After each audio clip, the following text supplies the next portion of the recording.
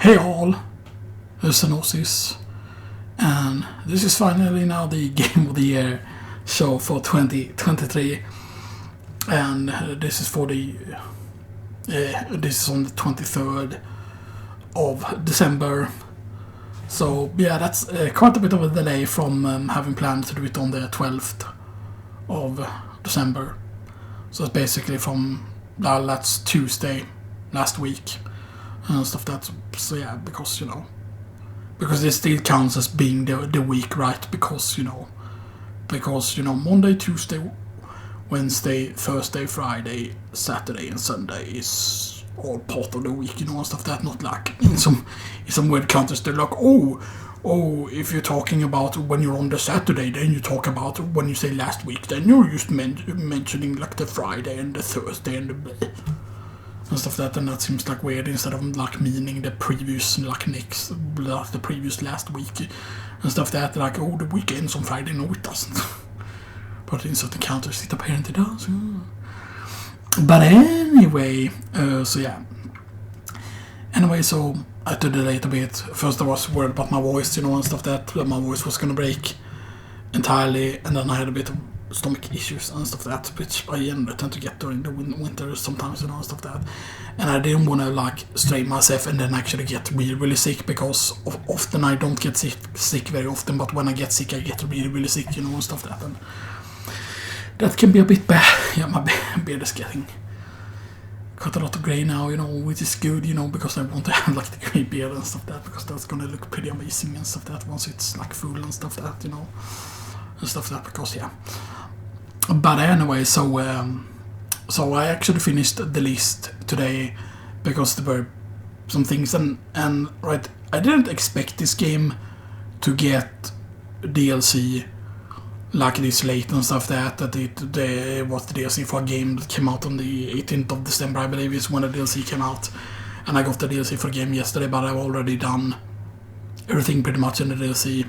I've unlocked all the characters. I haven't played with all the characters yet. There's one or there's two that I haven't played with. I haven't played with the horse character, and then I think there's and the last character that I unlocked, which is the other imposter character, basically like the true, or like the imposter, but the one that pass. Like I think that imposter character is always in the more powerful mode, unlike the other imposter, because the other imposter basically that uses a certain weapon that character sometimes, moves around very slowly normally, but then when he activates his power, he gets super powerful, and that's by killing enough enemies in a quick succession and stuff like that, yeah. But I wanted to make sure, right, that I wouldn't all of a sudden, like, get really bad with the throat, so I would not be able to talk properly, or that I would get, like, really sick, or that I would feel like a strain and stuff that, and that because if I feel a certain way, I can kind of tell when I'm gonna get sick and stuff that, and it would have been really bad if I would have like recorded like the Game of the Year, or if I would have recorded the last part of the Final Fantasy 7 run, because I was also holding back on that, and stuff that, like if I would have recorded it and then I would have gotten like super sick or something like that, and then I would have been sick like over Christmas and stuff that would have been really bad, and stuff that. So yeah, so that's I had to delay it and stuff, and I am going in the comment section of this video. You might remember that I did a video. Hopefully it doesn't autoplay, because then it's gonna be super loud if it tries to like autoplay on the channel or whatever. Right? I'm just going in on my channel here and I'm pausing it. There we go, because the one that I have was from the 19th of November. That's like the Game of the Year nominees. And then like I went over some of the eliminations I did and stuff that, some of the eliminations I did in that video.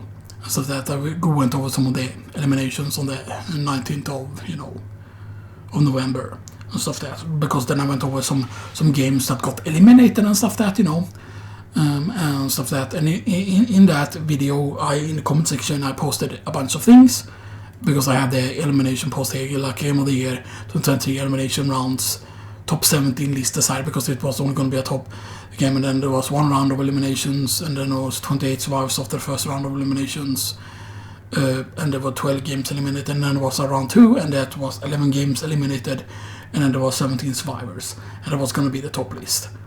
But then of course more games got added and stuff that, like Aliens Fireteam Elite got added, Dragon Ball The Breakers got added, Generation Zero got added, and then Grid Legends. And then eventually The Legend of Zelda Tears of the Kingdom Collector's Edition got added, because I got that later during the year, because I didn't think that store was gonna have like a physical actual edition of the game. So that, because normally, you know, I mostly buy digital now, because used to having like less room and stuff that for games, you know, and stuff that, like I like when I get physical, I tend to want to get like collector's edition. Those are like the physical, because I kept a lot of my like collector's edition and stuff that, like when I gave away a lot of my PS3 games and stuff that, I made sure to keep the collector's edition that really mattered, right? I still have my like the Gran Turismo 5 collector's edition somewhere, you know, and probably the Gran Turismo 6 one as well. I have my Mass Effect 3 collector's edition. I have the Last of Us one. I have the what do you call it? Up here I have the Gran Turismo Sport collector's edition as well. And stuff that I still have my Call of Duty Ghost collector's edition, which is one of the more expensive ones. And stuff that. So we have some collector's editions a little bit here and there, you know, stuff that, you know. And I'm actually going to show you a game of the year game when we get to it, by the way, because I have 2 boxes of it. Technically, it's what you could say. Although that might be spoilery already and stuff that, but yeah. So those games got added, of course, and then there were more stuff that got added. I should have actually checked just to make sure that this shows up here, because it does, yeah. It does show up here. Because, I mean, there was one time one we recorded when it wasn't working properly and stuff that, and that can be really bad if it happens, so yeah.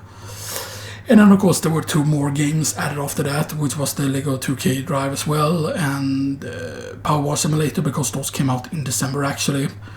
And stuff that, there was PlayStation Plus free games and stuff that. But then, of course, there were around 3 of eliminations and stuff that. And then a majority of those got eliminated, and there were only 2 survivors, and those joined the so-called final list, which was supposed to be a top 20 list. But then, of course, you know, the last game got the thing. It had been previously a game that got eliminated, which was Vampire Survivors Tides of the Foscari did get eliminated. But then, of course, with Emergency Meeting, which was the one that came out on the 18th, that made it able to join the list and stuff that's it. So I'm going to post about all of those stuff, all the eliminations that was done, all of these massive like text.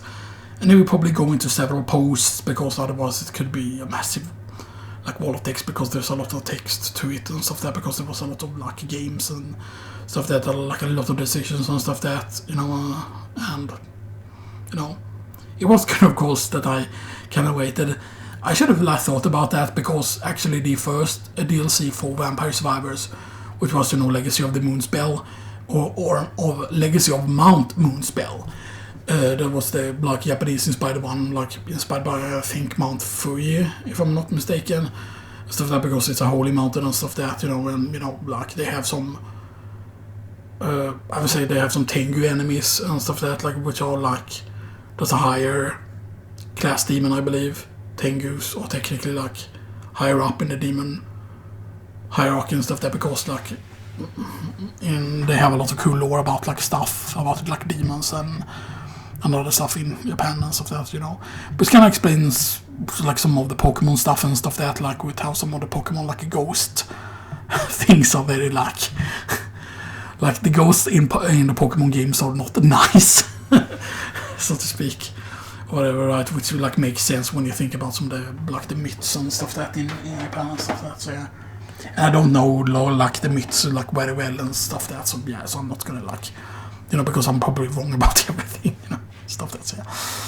But anyway, so yeah, but anyway, there are 5 honorable mentions, because I just felt like we just have to have honorable mentions, just because there were so many good games. Like, because here's the thing, like when I will post the thing in the comments, basically with all the games that got eliminated, and stuff that, and even the ones that survived and then got eliminated, like all the games were good. Like they weren't, like I didn't decide like, oh, I'm just gonna add this because, you know, because it's a game I got this year, you know, because yeah. Because there are certain years when you might say that, oh, you're just adding all the games you played during the year and stuff that, which it felt like sometimes, you know, and stuff that, but you know. but there were like a lot of games that I did not add and stuff that, but that I ended up adding and stuff that. And as I know, the Tekken 7 I technically got them during a previous year, but actually technically I did not get it, but it was just because I was able to play it for free because PlayStation gave a free version of a certain service that they had for, I think, just a couple of days or maybe a week or 2 weeks or whatever. Maybe it was just a couple of days. It was, and then you could play like certain games for like free and stuff that. And it wasn't a trial of a higher version of like the PlayStation Plus, but it was called something. Maybe it was PS Now, or maybe it wasn't. Maybe it was the thing that was before PS Now or whatever. I forgot what it was called, but that's how I first played Tekken 7, and then of course I did end up getting it this year and stuff like that. But yeah. But anyway, so the elimination rounds. It's very important to think about all of those games that were and stuff that, because all of the games were good, and stuff that I added on the candidates list and stuff that. So yeah. But anyway, the 5 honorable mentions, and keep in mind when I wrote down here, first off, some of the honorable mentions, these don't necessarily need to have been candidates previously. Basically, I don't know if I spell necessarily right there. It's probably wrong or whatever. But yeah, they don't need to have been candidates previously, because sometimes there's like certain games that I think like, should I add them to candidates, but then it feels like, okay, but I only play this game this much and stuff there, because sometimes it's just stuff that. But yeah, and keep in mind that if you played a lot of Vampire Survivors, for example, I have no understanding why people aren't playing in hurry mode all the time, because hurry mode used to boost your XP and stuff that, and yes, it makes it lasts shorter. But then if you're going, for example, in endless, then it feels like then you can get to the rotation faster. And generally speaking, early during the round, if you're doing an endless and your goal is gold farm, then usually during the earlier waves you can get more gold, or you can keep your gold bonus get higher and higher quicker basically than during the later parts of the round, because then things die slower and stuff that, generally speaking. And there are of course some tricks to like farming, like you can farm more East Lives with Queen Sigma, because then you don't need any eggs, because Queen Sigma cannot get eggs and stuff like that. But yeah, but you want to like farm with like Trouser, and I know that there are people who, oh yeah, you can farm with Sammy, but the main problem with farming with Sammy, I feel like with Sammy you need to basically activate the game killer at some point, because the problem is that Sammy gets so many levels, and then if you're limit breaking with weapons, but maybe the thing is that you have to avoid limit breaking with Sammy or whatever, but then you need to find weapons that are strong enough so you can kill stuff without like limit breaking and stuff that with weapons, because the main problem is that Sammy gains level very, very quickly, and then gaining levels very quickly mean that you're just gonna get very high level, and then there's gonna be a lot of lag because of that, and like it's just crazy and stuff that stuff that. But because I mean, I feel like I don't want to earn too much gold, which might sound weird. Like I know that there are people that have come up with really, really effective gold farms and stuff that, and the gold farm I'm doing is not like super high end with the amount of gold, right? But when you're playing in hurry mode, keep in mind that 1 hour of hurry mode, for example, is just half an hour, like 30 minutes, because the timer still goes to 30 minutes. But that 30 minutes is half, because the timer is in double speed basically when you're using hurry mode. So for example, if you play hurry mode for 2 hours hurry mode, or when the timer is 2 hours, which would be 120 minutes and stuff that. So yeah, so when the timer reaches that, you have only played for 1 hour of like normal speed basically at that point. And that's point is usually when I like stop, and in 1 hour you can get like a lot of money and stuff like that. And yeah, sure, a lot of it is that you have to get the greatest jubilee and stuff like that, but then you wanna not get the finisher, because the finisher lags the game. But then a big part of it is also that Luminaire seems to be like the really important thing to get a lot of cash, which is why people use Big Trouser, because with Big Trouser you're going to get the money thing more often and stuff like that. But then of course it also depends on how many eggs you have gotten on a character. Once Big Trouser has gotten a certain amount of eggs, it's better to do the gold farm on him than doing it on Queen Sigma. But when you're doing it on Queen Sigma, then you will have like a lot more arcanas and stuff that, and there are some that are very good, like the, you know. So, but that also depends on how much damage you can do, because the people that say, oh, you need to have the cape to have the health or whatever, right? And then, you know, like a lot of people do it on Bonzone, but now it's been discovered that Bath Counter is apparently better to do it on for the whole gold farming stuff. But yeah, but I want to figure out if there is a way to do it with Sammy without like lagging the shit out of the game and stuff like that. The main problem also is, for example, on Poe, I don't have that many. I think I only have like 8,000 eggs or something like that, or almost 9,000, I think. But then, of course, the thing is, once your speed is high enough, and you go and you remove a lot of your speed, you actually remove a lot of your eggs by doing that. By the way, but there is a way to only eliminate the speed. But then, for example, I've also invested a lot into the Christmas tree, which I think is Pepino, right? Is the tree. So that, which also has like a Christmas skin and stuff like that, and you know, that tree has very, very bad movement speed. So you kinda, I want to figure out, okay, like I want to get a certain amount of eggs with that, but the thing is, like, I kind of wish, like, yes, you can go into Moonglow, and if you go to the north, and if you have a certain amount, then you can basically buy all eggs you can for the amount of money you have, basically, and stuff like that. That's something you can do. But then the main problem is it's very, very easy to get too much movement speed and stuff like that. So yeah, I kind of just wish they would just lower the amount of movement speed you can get, because obviously if you have like 300% movement speed, now that's completely fine, because you can still kind of control how you move. Even with 300% movement speed, it's not like too fast, because you can reach very quickly where you need to go on the map. Yes, you need to be very precise with the movement, but the main problem is, of course, is once the golden eggs becomes too powerful, things cover up too much of the screen. Where, like, if I get certain weapons on Poe, I cannot see what I'm doing at all, and stuff there, which is a big problem. And so at that point you might be like, oh, but then just for example, remove like the area, like scaling or whatever from like the power ups and stuff that, you know, like, because keep in mind that with all of the new DLC characters, I had to, like, the start, I basically almost on all of them had to get the revival Arcana first and stuff that, because of the fact that, and it's not only because of the greed, because of, you know, I have all the power-ups and stuff that, because you start with 50% greed, but then with the charm thing, you spawn in way more enemies than normal, meaning it's way harder to survive in the beginning and stuff that, like, you can die very, very quickly, and it's just that you get swarmed immediately in the starting area. But that area is also very good to farm where you start on the stage, on the Polos stage. But keep in mind, technically, right, that this is only one of the Among Us stages.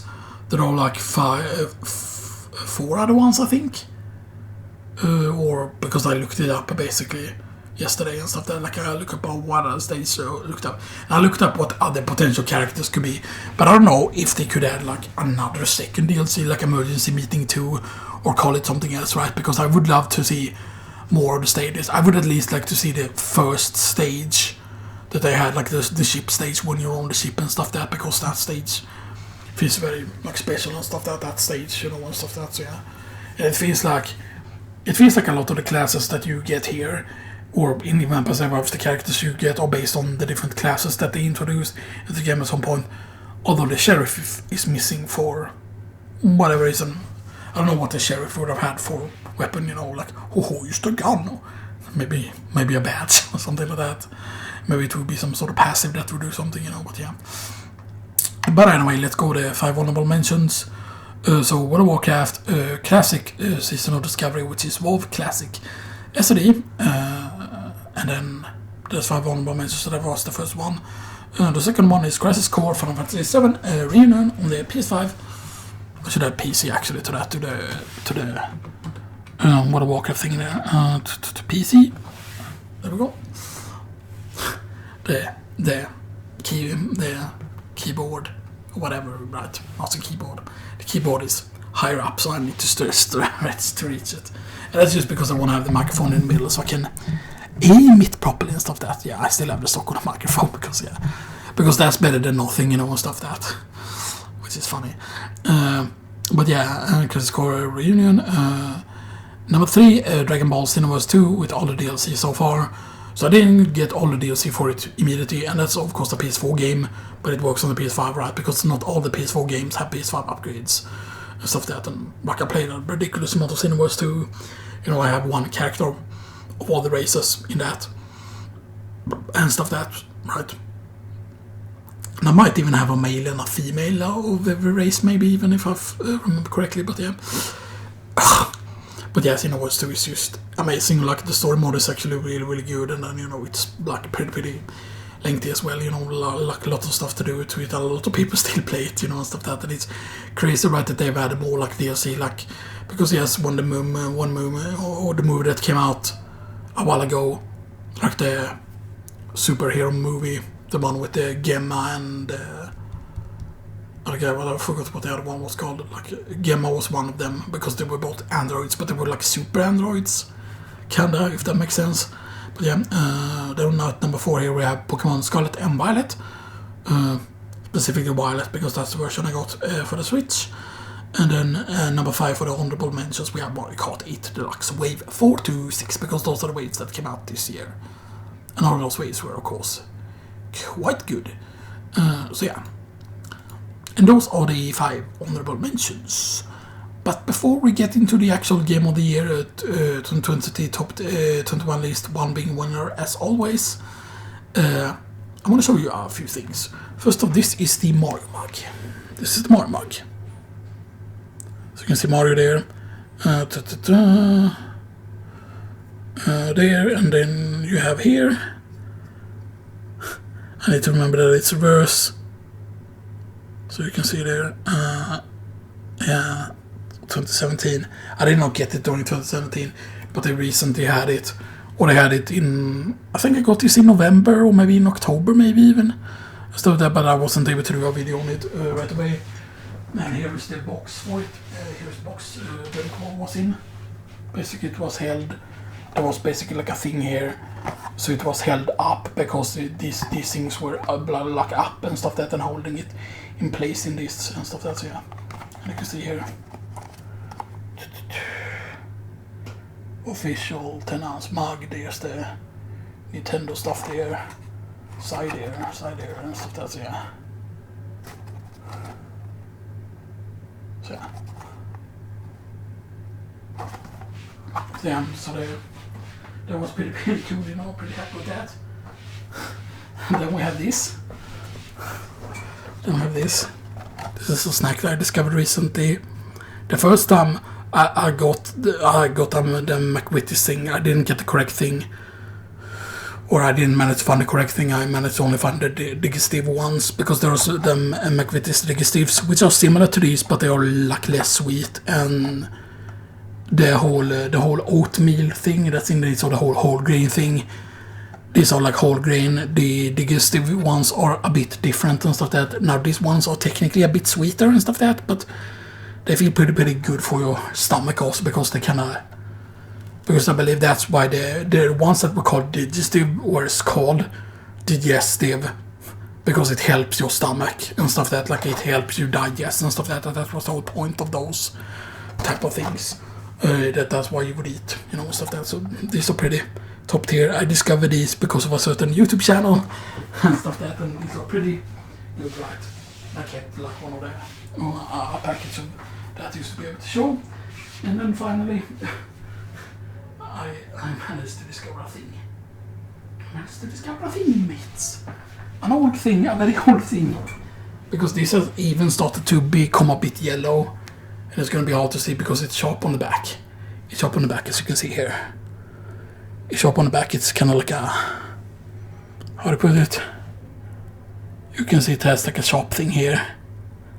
It has a sharp thing. I'm missing the thing that goes on the top of that sharp thing there. Because you'll basically be able to put it on the clothes. And then there was like a round thing around the... like golden-esque thing that you put on the top. And stuff like that. But this... is this. The old school, the Mario 3 pin. I managed to find it, the Super Mario Bros. 3 pin that I got way back in the day. I forgot if it was, because I don't think that I were ever part of like the Nintendo Club or but there was a special magazine in my country that was called something else. That was not the normal like Nintendo magazine, like not the like Nintendo Power or anything, but it was called something else and stuff that. And maybe it was maybe I was part of that things club or whatever, or maybe they just had these in store and stuff that, because you know like the country I live in was very close on getting their own NES, Nintendo Entertainment System. It was very close that we would have gotten the NES before even the United States would have gotten it and stuff that like that. That was very close to happening, but it did not sadly happen. But yeah.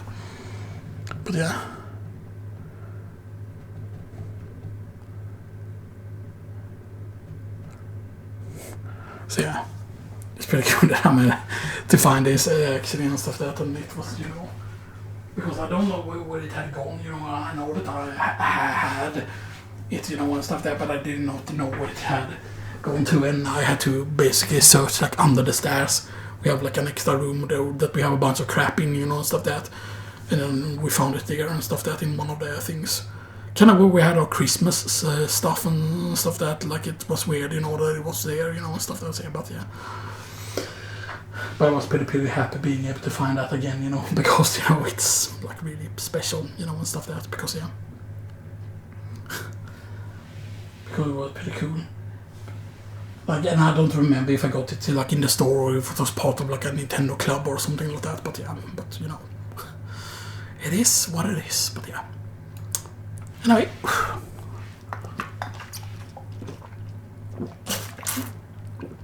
it's getting a bit hot in here. It is so weird because sometimes it's not super hot or stuff, but yeah. I also want to show you these. I think I might have shown this in another one, but this was the latest flavor I believe that came out. And stuff that, like the whole Cosmic Peach, Monster Nitro and stuff like that, which is pretty good and stuff like that, but yeah. Like the Nitro ones, there are 2 Nitro flavors so far, at least in my country and stuff like that, but yeah. There's also the green one. Both of them are pretty good, but yeah. Anyway, let's start with the game of the year then. The only top 21 list. So we're gonna go from bottom to the top. So first it's gonna be number 21 to number 17, because I've split it up basically. So basically it's kind of like how good the games are really. Like 21 to 17, that's kind of like a breaking point. Number 17, because if you're outside number 16 and stuff that, then you're at the bottom of the barrel. But that doesn't mean like, oh, you're shit games, you know. Like all of these games are good, you know, on the list, but they are like they are miles ahead of the ones that are in the top 10 basically, because there's basically so the lowest bracket is number 21 to number 17, and then the bracket after that is number 16 to 11. And the final bracket is the top 10, basically, and stuff like that, yeah. So anyway, starting at number 21. Do I have space? I did put space there. Yeah. It just looked a bit weird there, for some reason. But yeah, at number 21 we have Grid Legends for the PS5. That's a PSN Plus Essentials, meaning it was a free game and stuff like that. And Grid, first Grid game I played, I think, was on PS3 and stuff like that, and you know, it was pretty cool because I believe it is supposed to be in part of that series. Then with Grid Legends and stuff like that, and it is pretty cool. It's very arcade-esque and stuff like that, and they do have some cool stages in it and stuff like that, and you know. But it's very weird with how the game starts. Like the game starts kind of campaign immediately, and then you're like wondering, okay, like when do I get to like, because at first your character had like a default name, and you had no like team name. Or technically you did have a team name, but it was just by default. But you don't get to create that immediately. So instead you need to go after one of the races, and the next race starts. You need to basically leave instead of doing the next race. And then you can go into a certain menu where you can go and you can change the team up, and you can change team logo and stuff like that, and you can change your driver name and stuff that, you know. And that just feels very weird. Like, why does it immediately, like just immediately when you start up the game, why does it just put you into the campaign? And then it makes you think that, okay, we're just doing like a tutorial first, or we're just doing the first chapter, and then after the first chapter you get to create your team. So why is it like that? Like, why is it not like, okay, you get to create your team immediately Like, why isn't that the first thing you do? You do, okay, you create your name, you create your team, and so there. Like, why is it like you go into the campaign immediately, you start a race and then you win that race and then you do next race, next race. Like, if you don't know that you need to quit out, then you can play through the whole campaign without getting to name your team and stuff like that, and that just feels like very, very odd. Like very odd choice. Like, why is that is weird. Like, because you will figure out, like, okay, like that you would when you first start up the game, you should have gone into a menu and then you should have been able to select campaign and all the other stuff, right? And then there should have been a my team somewhere, and you should be able to go in there and then just edit and stuff that, you know, before you start the campaign. But it's just weird that it does that. But yeah. At number 20 we have Aliens Fireteam Elite PS5, which was the PSN Plus Essentials free. That was during November, I believe. The Alien Fireteams and the Grid Legends and stuff like that. There was also like the Dragon Ball Breakers and stuff like that, but the Dragon Ball Breakers did not make it. Even though the Dragon Ball Breakers is actually really, really fun and stuff like that. Like, I almost had it as a you know, as a honorable mention and stuff like that, you know. Because I thought about having a bit more honorable mentions than 5, but yeah. But 5 is what I ended up with. So Alien Fireteam Elite, you can actually play that with bots, by the way, but there is a certain way you need to have it set up in order to start matches with bots, you know, and stuff like that, because, you know. But the weird thing is, it looks like it's searching for a match even when you start it with bots and stuff like that. It looks like you're searching for a match. So then I was afraid at first, like, oh, it's gonna find other people, you know, and stuff like that, but it doesn't, you know, and stuff like that, but yeah. But you need to set it up in a specific way for you to do matches with bots and stuff like that. But you can like co-op in it with like other people and stuff like that. I don't think you can co-op with split screen, although I'm not 100% certain, but yeah. But it's pretty cool because you have like different roles in it and stuff like that, and they get access to like different weapons, and then you rank up, and you know, you unlock more stuff and stuff like that, and it's pretty cool, you know. It is pretty easy though, but you know, it is fun because if you like aliens, you know, it is pretty good with the way it looks, you know, and stuff like that, and it's like third person and stuff like that, but it's pretty cool, like how you have one class which obviously are meant to kind of be the tank and stuff like that, and then you have different like abilities and stuff like that, and it's really good. Like the sound is weird because the game is so freaking loud, so if you're playing it late at night or whatever, like you need to have like a really low volume on the TV to not like, and it's weird, like why is it that loud? Like that makes no sense or whatever. Anyway, at number 19 we have F1 2022 for the PS5. Yeah, Aliens Fireteam Elite and Grid Legends was also PS5, so the F1 game, really good, of course. You can also actually use commentators with the different languages, which is pretty cool, because I wanted to have Spanish, because you could give a nickname to your driver, and you know, and you know, la profesor or el profesor or whatever, you know. You could have like the professor as one of the, I think it was the professor or something like that. You could have as a thing, as a, you know, as a nickname for your character and stuff like that. And then of course I know that, oh yeah, what are they gonna say in Spanish when I win, you know, and stuff like that, because I knew, because you know, like Casa de Papel and stuff like professor, like, you know, stuff like that. So I thought that was pretty cool, you know, stuff like that. And I know some Spanish, you know, still, you know, I can speak it pretty decently. I just don't understand everything, you know, stuff like that, because it was a long time ago since I had it, you know. I'm not very good at understanding. I can kind of understand what they say, you know, but yeah, but it's you know, it is pretty fun, you know. Very good looking, by the way, as well.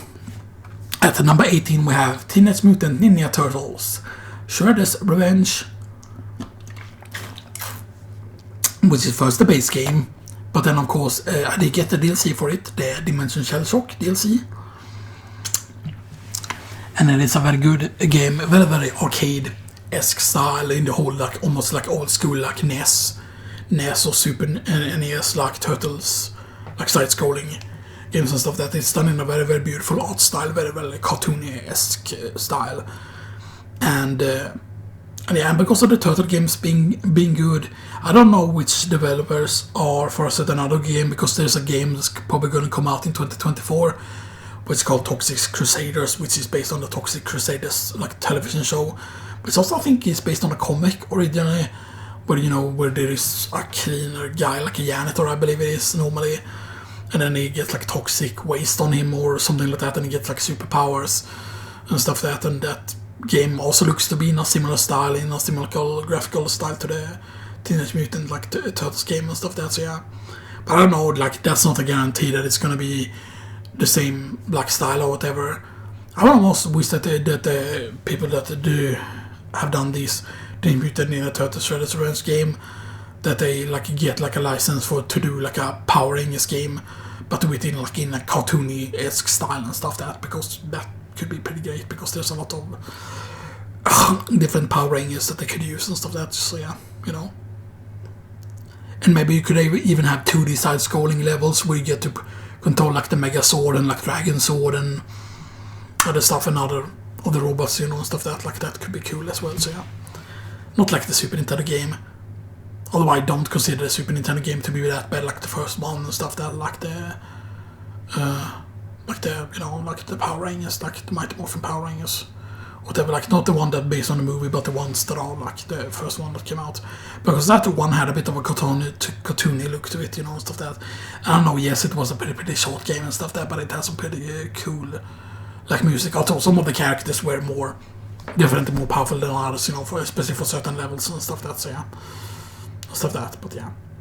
But of course the fact that you had like different characters that made it so that, you could do like a playthrough of only the Red Ranger, only the Blue Ranger, only the Pink Ranger, only the Yellow Ranger, only the Black Ranger, stuff like that.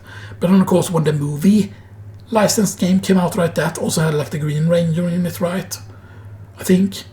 Maybe it was the White Ranger that it was in that game.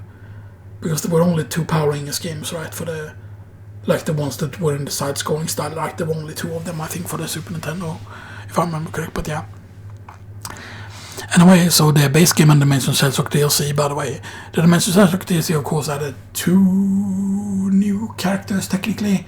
Technically more if you want to consider some of the skins that are for some of the other black characters and stuff that, like, they have added a lot more, So you can get them a lot more variation, right, and stuff that, and that kind of makes it so that it's easier to tell your friends apart if you're playing with other people online and stuff that, like you can tell like if someone is Leonardo, for example, and stuff that, like you can make your character stick out more by having like a different skin and stuff that, but yeah. But then of course you had Usagi, Yojimbo, or not Yojimbo, but the rabbit guy. I keep forgetting what their names are. Maybe it was Yojimbo, but that was their name, or whatever. But yeah. And then of course you had a girl character, which is Shredder's daughter, I believe, if I'm not mistaken. Although she's called different things in different like continuities and stuff. But yeah. The funny thing is, the first time I tried to play through it, I tried to play through the arcade mode first. But then I did not expect it to be as long as it was, so I never like finished it and stuff because there was the first time I played the game.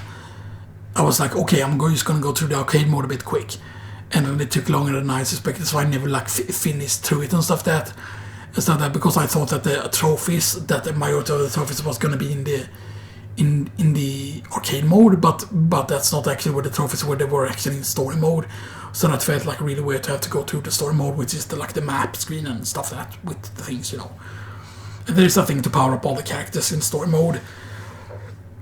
Except there are no trophies for the DLC, which is again something that I've complained about on other games sometimes when they make a DLC and then there's no trophies for the DLC to power up the DLC characters and stuff and that just feels a bit odd when they do. But anyway, it's a really, really good game, and I highly recommend if you're a Turtles fan, but yeah.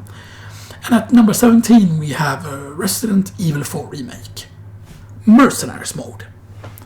Because I'm not counting in the ordinary campaign or separate ways. And I know that there are people that are defending the whole separate ways costing money. And then there are the people with the whole semantic argument says, well, when someone say, oh, but it was free in the original game, and then people are immediately, oh yeah, that's a fake Resident Evil 4 fan, that person was never a fan of Resident Evil, look, because that is wrong. Because in the GameCube version there was no separate ways. Yeah, sure, there was no separate ways in the GameCube version. And the reason why separate ways was introduced in the PS2 version of the game was to motivate people to buy it again. Like maybe people that already played the GameCube version, why would they go to a graphically inferior version in the PS2? Why would they go to that version? I love the PS2, by the way. I think they have really, really good graphics. There were some like really, really graphically impressive games on the PS2 and stuff that, stuff that I'm not shitting on the PS2 graphics saying, oh, it's graphically inferior, but if you compare the GameCube graphics, the GameCube had like there were more special effects in it, so to speak, if that makes sense, right? And then the way the fire was displayed and the way the rain was, was different, and stuff that, so yeah. So they made the separate ways for the PS2, stuff that, and for the PC also as well, and all the other versions after that, stuff that was only like the GameCube. That did not have separate ways. Of course, there was like assignment AIDA and stuff like that, but still.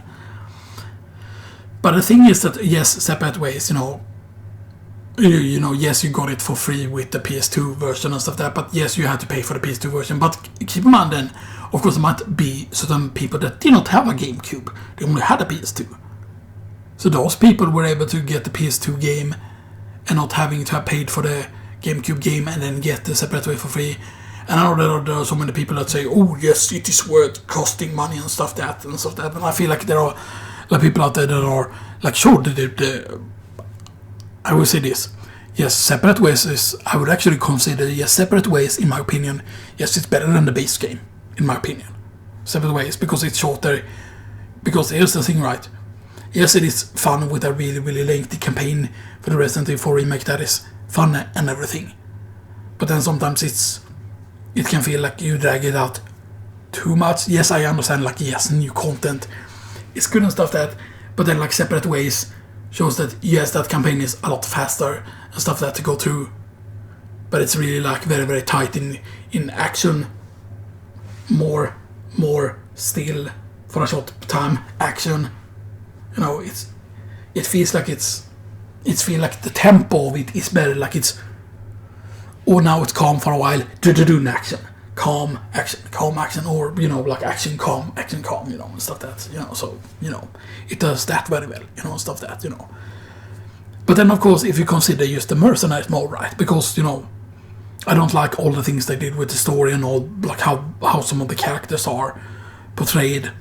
Whatever, right? Like, I'm not gonna like say that this person did a horrible job or whatever, right? Because you have like the script and stuff that like depending on how the script is written, and stuff that, like, it's not like the voice actor's fault, and stuff that, like, if the script is done a certain way. And you have to realize also that they do takes, when they use with real like acting and stuff that, like, okay, they do takes and stuff that, and then they say like, okay, this is the take we want, like. Because most likely, like, they were like, okay, like, you need to sound this way and stuff that, like, okay, that's a good take, and stuff that, and stuff that, so it's not like a voice actor's fault, and stuff that. If someone is like, oh, you need to behave this way, you need to say these things, you need to have this tone, or whatever, right? Because they're like coordinators or whatever, right, for the voice actors, like, okay, we want you to sound more sincere, we want you to be more aggressive, we want you to be more this way, stuff that, makes sense, right?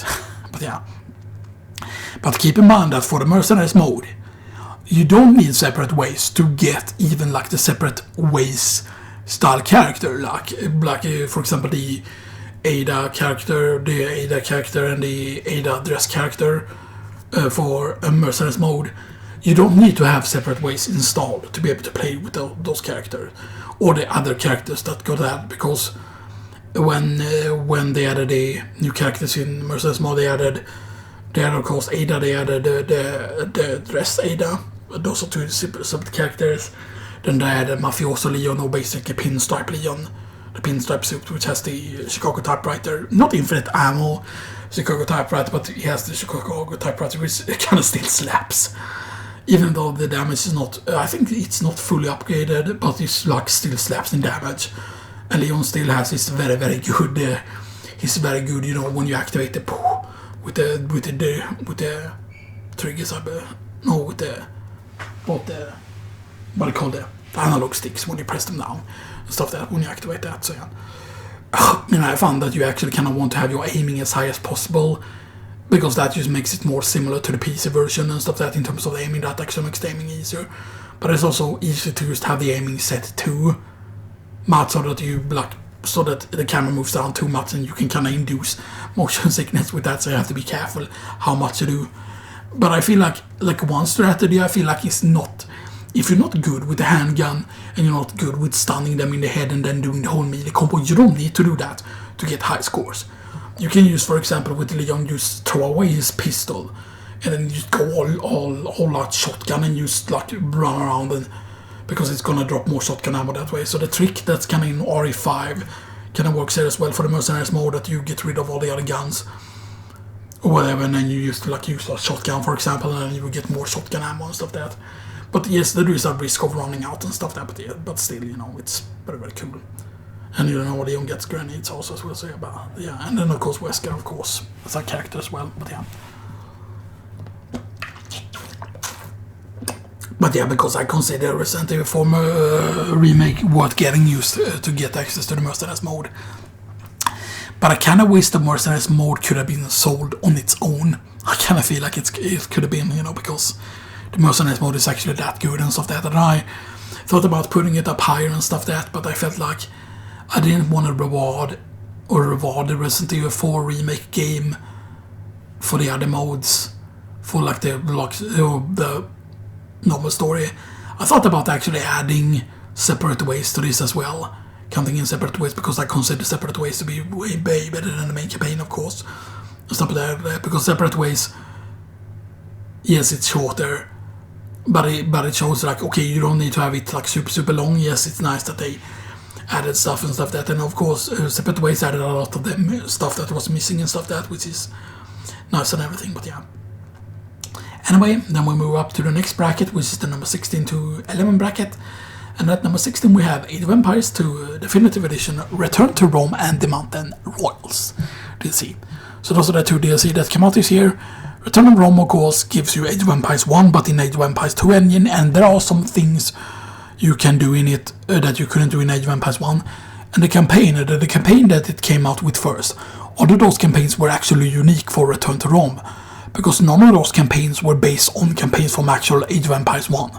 Those campaigns were basically had like certain functions that you couldn't do in the original Age of Empires, because in the Age of Empires when you won, if you went into the like the map editor and stuff that you made stages for like your own campaign or whatever, right?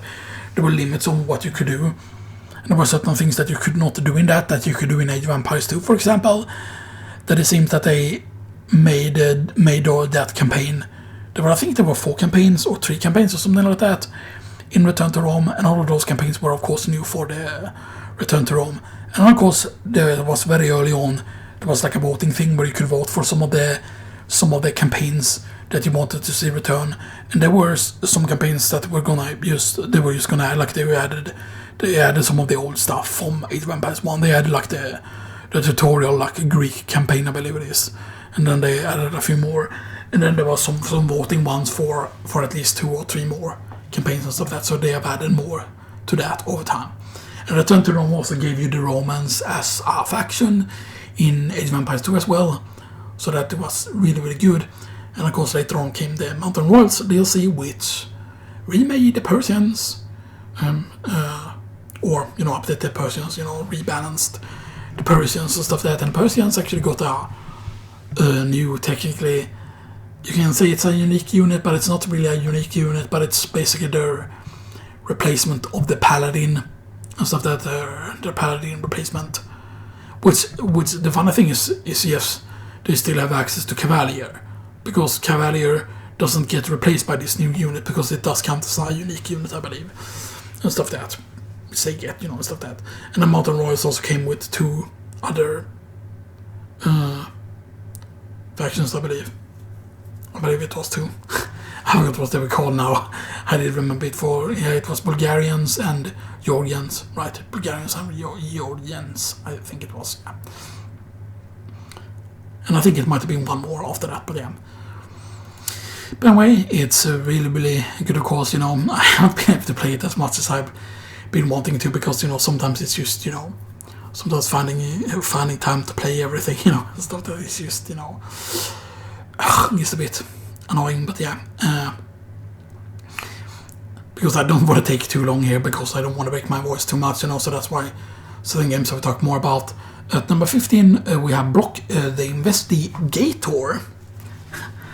Yes, it's not Brock with a C, it's Brock with a K, sadly, They could have made it Brock with a C, because that would have been more funny, because Brock, But he's an investigator. So yes, he's a detective, but he lives in a... I don't know if it's supposed to be like a parody of like the like dystopian like future or whatever, right? Because a lot of things are controlled kind of by the robots and stuff and the police chief even doesn't want the robots, right? But the police chief seems a bit suspect, and stuff and then, your character has like nightmares about, not being able to save his wife and stuff from the building, because his building like was on fire and stuff and he has nightmares about it, and he knows that something is wrong, like something is like what actually happened, and stuff and then you also the person that you're taking care of. I mean, he's technically not your son, or I guess he is, but it's a bit complicated, and stuff but then you're trying to help him. Like, he's actually pretty smart, and he's actually has a chance to go into the better parts of the city. That's the way you're basically living in the slums, but he has a chance to actually do well in the school system that they have, and then he has a chance to actually go into the main city, which is much more like nicer and stuff if that makes sense, and stuff so yeah. And then in the game, right, it's not just like it's not just a point and click where you move around and stuff like that, but you can fight in this game, or sometimes you can decide to do things in a violent way, or you can choose to talk way out of situations and stuff and it's very, very interesting how it changes the approach to the game, right, depending on what you do and stuff like there's a lot of like different endings you can get and stuff and it looks very, very nice as well, and it's actually very, very intriguing with the whole the way the story goes, and then of course, because of the fact that yes, there's some combat to it and stuff and you can solve it in a different ways. It could be really interesting to see how like the game gets speedrun and stuff and it's just like very, very interesting, and the voice acting is really good, by the way, as well. The Brock is actually a very well made character, I would say, and it's done in a very, very cartoony-esque style. But it's almost even more, almost more cartoony than something like the Teenage Mutant Ninja Turtles game and stuff because it's like very, very well done, and there are some like really, really good animations. And I guess you could call it's probably called sprite work still, because it's kind of like 2D and stuff but still, it's very, very, although it's kind of 3D as well, but yeah, or 2.5D or something like that, but yeah. But then next up at number 14 we have Ironheart EU. I don't know why they call it EU afterwards, and stuff I'm guessing maybe there are some things that are censored. That's not censored in the US version or something like that. Maybe there are differences or whatever, but yeah. And it's on the PS5. Same thing with the Brock game. It's on PS5 as well, so yeah. So Ironheart is very Zelda-esque, but it's more like Super Nintendo Zelda-esque rather than 8-bit Zelda-esque and stuff so yeah. And yes, it looks very, very good. It has interesting dungeons and stuff and it's top-down view and stuff And I would say it's a bit easier, but it kind of also depends on, the difficulty level, right? I would say Ironheart is technically better than Tunic in terms of feeling more like A Link to the Past or something like that. Tunic feels more like open and stuff and you're trying to figure out how things work in Tunic. And like, yes, there are a lot of people that can say, the start of Tunic is really rough. But it's just, it's really rough if you don't know how the bombs work or how the taking out the bombs like firecrackers and stuff like those things, like against the first boss. I guess you could call it the boss, although I wouldn't call it the boss, because there is a way to basically attack it from above. There's a way to get into a certain room, so it can be above where the boss room is, and I believe right. But you can basically throw firecrackers at it and stuff and you can kill it with that, and stuff and there's a lot of like really interesting things. And of course, Tunic is actually technically better than Ironheart if you're not after a more A Link to the Past experience and you want more open, like And it looks very, very different, and I'm not saying that Tunic is a bad game. Like, Tunic is really, really good and stuff that, and stuff that, but yeah. But Ironheart is more A Link to the Past-esque. While I don't know what you would compare Tunic to, really, because Tunic is very, very open and stuff that, like, you can do things in some very weird orders because there are some tricks you can do in it and stuff that, And a lot of Tunic is also about angles. There are certain things that can be hard to see because of the angles in the game and stuff like that. So there are certain things that you can find. For example, there are some people that, for example, they don't know that you can upgrade your health or your attack or whatever, only magic, and stuff that they don't figure that out, and stuff that, and a lot of things is about figuring out because you cannot read the text that's in the instruction manual. You can kind of see, you can unlock parts of the instruction manual that you can kind of see pictures and stuff like that, and then you cannot read the text, and there's a lore reason for that, and stuff like that in that game, but yeah. But anyway, at the number 13 we had the Quake 2 Remastered. This could have easily made it into the top 10, by the way, and I definitely thought about it, and stuff like that, but, Quake 2, I loved it back on the PC and stuff like that. I still have the Quake 2 box and stuff like that, but yeah. Quake 2 was of course amazing when it came out and stuff that it had some really good music. And on the CD you actually got the music for the game. Now I forgot if it was like with the PlayStation games, because on the PlayStation games the data was on the first track, so you don't want to play it, but you could play all the other tracks, because if you play basically the first track, you have a chance of destroying the data that's on that track if you play it in a CD player, so that you can make your version of the game stop working properly and stuff that. So that's why you don't want to play the first track and stuff like that, because it contains sensitive data, as they call it, because that data can take damage if you do that, so yeah. But Quake 2 on the disc, you had the music on it, stuff like that, and the music completely slapped in Quake 2 and stuff like that. And the remaster is actually really good because it's done by the same guys that remastered Quake 1, which also I believe is the same guys that actually remastered Turk 1, Turk 2, Turk 3. I still haven't gotten those, by the way, Turk 1, 2 and 3, because they're all out now and stuff like that, and I never played Turk back in the day. Because I didn't have an N64, and stuff like that, so yeah.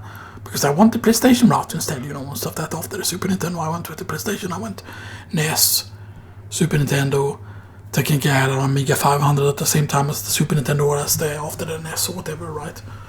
I forgot if I think I got the Amiga 500 first before I got the Super Nintendo or whatever, but yeah.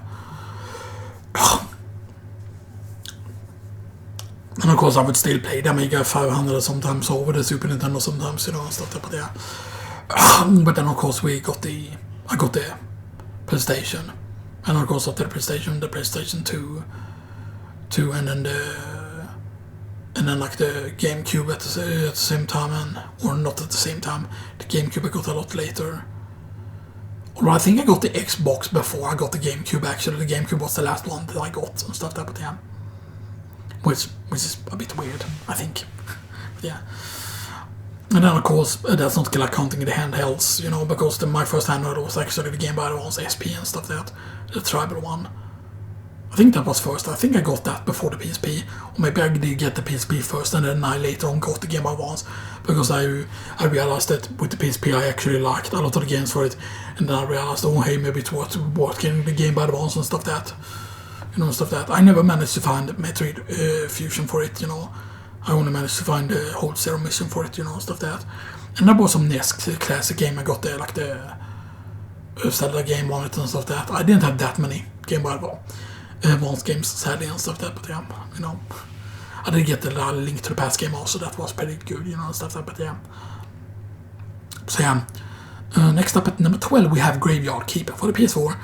So Graveyard Keeper I got a lot because, it's a bit reminiscent of, you could say, a bit Stardew Valley-esque, but it's quite different and stuff like that, and a lot of it is making the graves, but then stuff like that, and generally it is a bit more complicated because you kind of need to do things in a specific route in order to get access to more things, that you can kind of get locked into what you can do at certain points if you don't do things in a correct order and stuff like that. Like, you can kind of get locked out of doing certain things because there are certain materials you need before you can start building certain upgrades, and there are definitely certain upgrades you want to get for certain things, but yeah. And then there are certain things that you want to remove from a body, because you can eventually say, okay, like this is what affects the status of your graveyard, to make it as positive as possible. And then of course, as you get better and better stuff, and stuff that, like you can, oh, this person is a sinner, so I need to remove these organs to remove the sin, and stuff that, and there's a lot of interesting things in it, and the world is actually quite big and stuff that, and it's a lot about like collecting resources, managing the corpses and stuff that, so yeah. And then of course, much like in Stardew Valley, there are some times where you have the option to spend resources to get to certain areas in the game and stuff that. And then I would say that it definitely feels a bit, because it feels pretty bad, and sometimes it feels like if you don't spend a certain amount of resources at a certain point in the game, you don't get access to a certain area, then you might lock yourself out of getting certain things for a pretty long time, and that can like hamper your ability to continue on forward in the game and stuff that for quite a while until you figure out. So it's kind of a bit of a puzzle-esque to kind of figure out, like, okay, like I need to definitely open up this area to be able to reach this stuff so I can get these resources, and then I can do this, and and stuff like that. But it is actually pretty relaxing graveyard keeper, and it's actually pretty cool and stuff that, with the way it's done, and stuff that. So yeah, it's very cool and stuff that. Next up at number 11, which is the last one here on this tier, and this one was, again, there were certain games in this tier that easily could have made it into the top 10 list, but the top 10 list is just the games that are in it, man. It's really good. Although the one that had the easiest chance of falling out from that list was only really the number 10 spot. So that's the spot that was really up for grabs, the number 10 spot. Which either this game at number 11 could have gotten, Graveyard Keeper could have gotten it, Quick 2 Remaster could have gotten it probably, and stuff that. Those are the ones that could have like got the number 10 spot instead, I feel like, and stuff that. But yeah, so at number 11 we have Dead Cells base game and Return to Castlevania DLC for the PS5. Graveyard Keeper, although it was PS4, so yeah, keep that in mind. But of course you play it on the PS5, but yeah. So Dead Cells is really good. It's a 2D style game, it's a Metroidvania style game, and it can sometimes be quite difficult and stuff that. I haven't gotten all the DLC for it yet. I will probably get more of the DLC next year for it and stuff that, which is what I'm planning to do at least, but yeah. But there are like a lot of cool weapons in that, like including like frying pans. But then there are also like dual wield frying pans and stuff there. Like there's a lot of interesting weapons, and of course the Castlevania thing added more weapons. But the Castlevania DLC is actually pretty legitimately hard if you don't get certain weapons, so to speak. The main problem though is that you need to go into the Castlevania DLC early. It's not like, oh, you can find the Castlevania DLC later on during a map. No, it's a kind of like the first map that you go into when you start up the game, and you're in the starting area when you go to the first place that you can go to. In that very first area you will find the way to the Castlevania place and stuff like that. So it's all dependent on what you pick up in the first area, like the stuff you find in the first area, right? And I feel like there's a limit on how good the stuff can be in the first area that you can find and stuff like that, yeah. But I would say that before you do the Castlevania stuff, you do want to continue on in the main game's story, or at least like try to beat it or get as far as possible, because that will unlock like more weapons and more like skins and different things, in the game and stuff like that, and yeah. And then this is great because it looks great, it has a lot of like good music and stuff like that, and sometimes you can get like the run going, so to speak, when you get some really powerful stuff, and then you can like feel like a complete god and stuff like that, but then until you get too cocky and then you just die and stuff like that, because there was like a certain weapon that I managed to get during one run that was made use some of the bosses like super easy and stuff like that. Like I could just like do so much damage to the boss that the boss would used to die before, I had to worry about too many of the attacks, and stuff like that, and And there are other games that I'm interested in getting, of course, that also mark Metroidvania style. I haven't played like Hollow Knight and stuff like that. There are some other good ones. There's also a game that came out recently that I definitely want to get my hands on. I'm gonna check here because I know that Game Reactor reviewed it pretty recently. Where is it?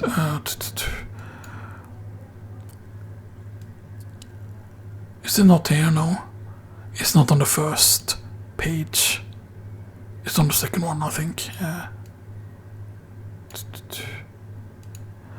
What is it? Yeah, The Last Fate is what it's called. The Last Fate. Which came out 15th of November. Yeah, which is also on PlayStation, PC, Xbox, Switch. Because it's basically Castlevania and Bloodborne. So The Last Fate, by the way, I remember that name, Last Fate. And the people have compared it, people compare it to Bloodborne because it looks very Yarnam-esque in some of the aesthetic and stuff that it looks. It basically looks like, okay, like let's have Bloodborne, but let's have it in a Castlevania style and stuff that, like in 2D and stuff that, you know. It just looks amazing and stuff that, you know. And they compare it to Symphony of the Night feeling, is what they're saying in the review. Like they say, call it like Symphony of the Night feeling and stuff that to it. So, you know. And I'm pretty certain that they have played Symphony of the Night, so they aren't gonna say like, oh, Symphony of the Night feeling, and then oh, it feels nothing like it, you know, and stuff that. But then what do they mean with feeling like?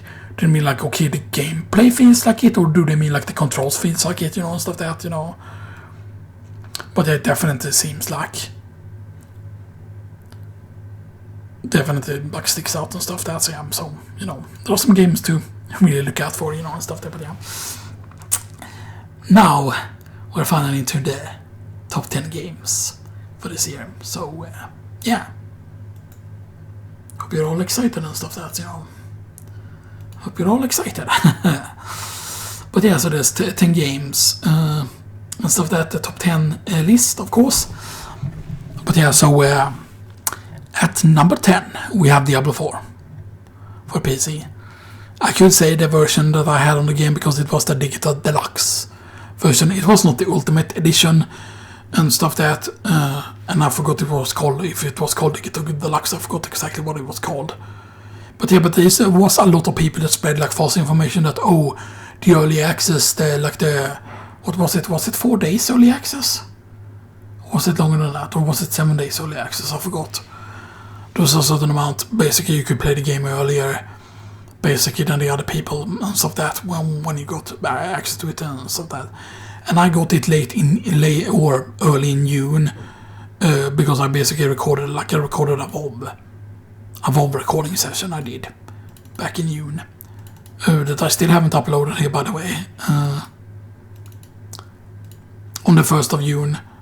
And after doing that video, by the way, is when I ended up getting Diablo 4. I ended up like pre-getting it and stuff that, because I forgot if it was on the 1st of June or the 2nd of June or whatever date it was, then when you got access to the early Diablo 4 stuff and stuff that, but yeah, and during July is when I got Dragonflight, by the way, and stuff that, because I hadn't gotten Dragonflight previously. I was able to play the Dragonflight expansion without getting Dragonflight, because something Blizzard did actually for the people that did not get Dragonflight is they allowed you to go over there and do some of the questing in the zones and stuff like that, and try out the Drac tier ahead of time and stuff that. They made some like free stuff that you could go and do and stuff that, but then of course there were during certain periods that they did allow you to go over there and gain some levels and gain more XP, and then the XP would carry over. For example, so when I finally got Dragonflight, I got like level 63 or 62 or whatever immediately on my character, because I did done some quests in Dragonflight on that character without having like Dragonflight and stuff like that. But yeah, so that's just very important to remember and stuff like that. So yeah,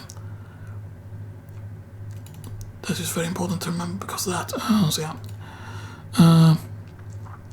But yeah, so I ended up getting Diablo 4, ended up getting the second most expensive edition, which is still a lot cheaper, by the way, because the Ultimate Edition was a lot more expensive. A lot of people seemingly thought that you had to get the Ultimate Edition to get the early access, but that was untrue. You could actually get the cheaper one and stuff like that.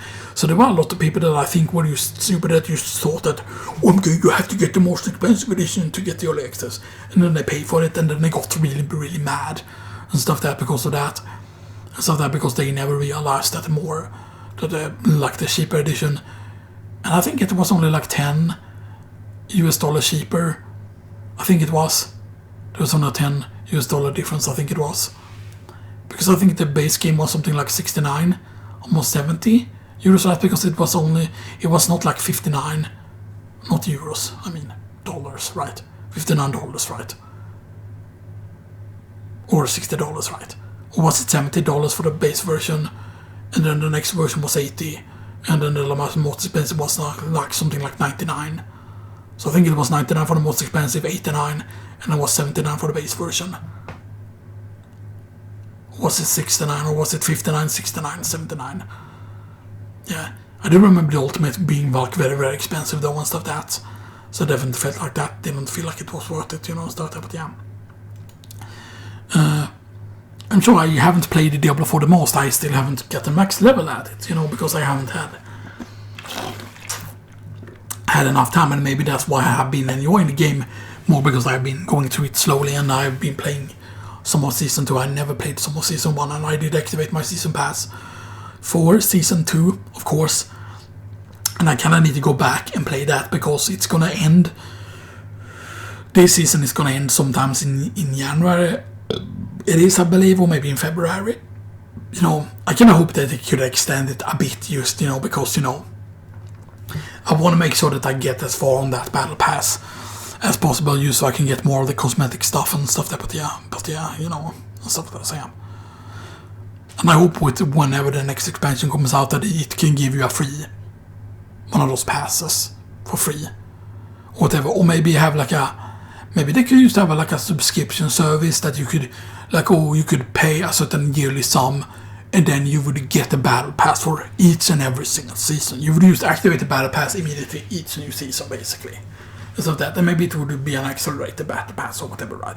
And it could be like not a monthly cost, but a yearly cost that you paid for it or whatever, right? Or like a subscription, 1 month, 3 months, 6 months, 12 months. That's just as you said, right? And then have a massive discount if you sign 12 months. Have it be a big discount. Have also a big discount for 6 months and stuff like that. And then the most expensive one having it with a 1 month interval and stuff like that. But yeah, so yeah. Anyway, at the number down we have Age of Empires 4 base game and the Sultan's Ascend DLC. So Age of Empires 4 is actually a pretty funny story, because I was worried about getting that when it first came out, because I remember watching a certain person on YouTube, by the way. They technically are a streamer as well, but I was watching that person's video, and then I thought that, the game doesn't feel colorful enough, because like Age of Empires 2, Age of Empires 1, there's a lot of colors to the, making things easier to identify, the buildings and stuff that, the game colors are very colorful, you're blue, you're red, you're that color or whatever, but yeah. Because it kind of stands out, the game is very colorful and stuff like that. And I thought the colors in Age of Empires 4 looked very, very mute and stuff like that. And I also thought that the icons and stuff like that, I kind of like how the icons in Age of Empires 2 and Age of Empires 1 were basically, you had an icon of the unit, and then the unit was colorful, and you could easily tell that, this is this unit and stuff like that. Because it very clearly looks like the unit frame, and then you can see the color and stuff like that. Same thing for the text and stuff like that. And I thought the way it looked, how it was almost dark grey or whatever, and then it was golden, and then it was just silhouette of things, and stuff like that. How it was just an icon, and it wasn't the whole with color and everything, and stuff like that. It felt like it looked very, very different, so I thought that, it is gonna be hard to tell what unit is what or whatever, right?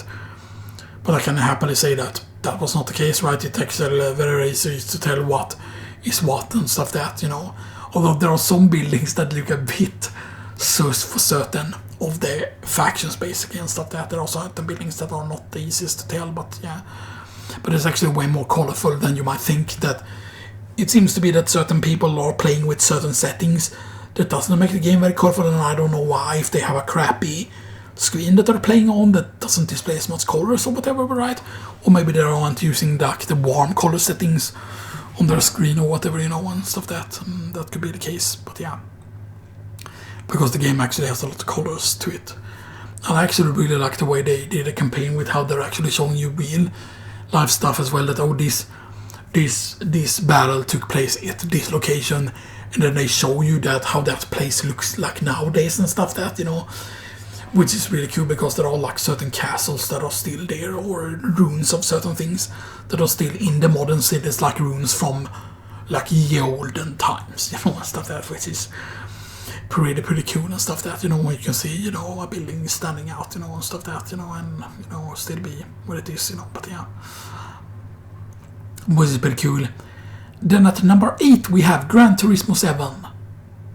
Although I don't know why I didn't write the most expensive version there, because, I did get the most expensive digital version of that, like the digital like collector's edition thing, or whatever you call it, I don't think they call it collector's edition, I forgot exactly what they call it, but but yeah. And stuff there, but yeah. But Gran Turismo 7 have of course got a lot of patches this year. Technically I think it came out the previous year, it came out 2022 I think. Or maybe it came out in 2023, but yeah. But they released a lot of patches this year, of course, which they've kept improving the game and stuff there, because the game wasn't super good when it first came out, because a lot of people felt like it was a downgrade from Gran Turismo Sport. That Gran Turismo 7 was worse than Gran Turismo Sport in a lot of ways and stuff that, but yeah. But they eventually improved more and more things with the game. They have, of course, also kept adding cars to the game. Although I feel like sometimes, right, when cars are new, cars are only displayed as new for that specific patch, so sometimes you might miss out on certain cars that they have added. Like for example, I had no idea that they had a TVR to the game, because I made a list basically that I can go over at some point, where I've gone over certain brands that it makes no sense that these brands aren't in the game. Like Seat isn't in the game, Cupra isn't in the game, which is Cupra is kind of like sporty versions of Seat, kind of like how AMG is the ones that are making like racing Mercedes, and RAF for Porsche, or Polestar for Volvo. And I had Volvo on here as well. I had Saab, Koenigsegg, Tesla, but that's specifically Tesla for for Cybertruck, because I want to see the Cybertruck in the game.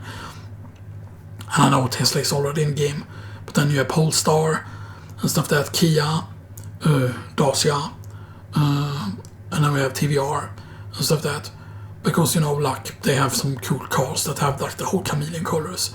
And then in the old games, you would usually have the Speed 6 Toscar and the Speed 12 Kerbera, or Cerbera, and stuff that.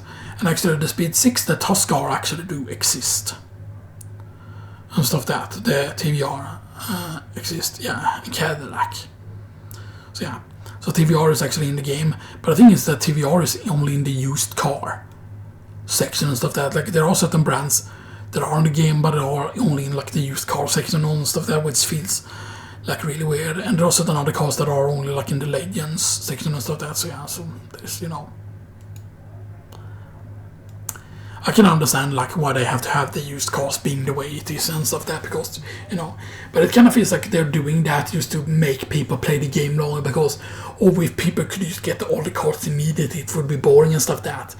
But it also feels like really annoying if you're looking for a very specific car to be in the used car dealership, and then, and stuff like that, but yeah, but yeah.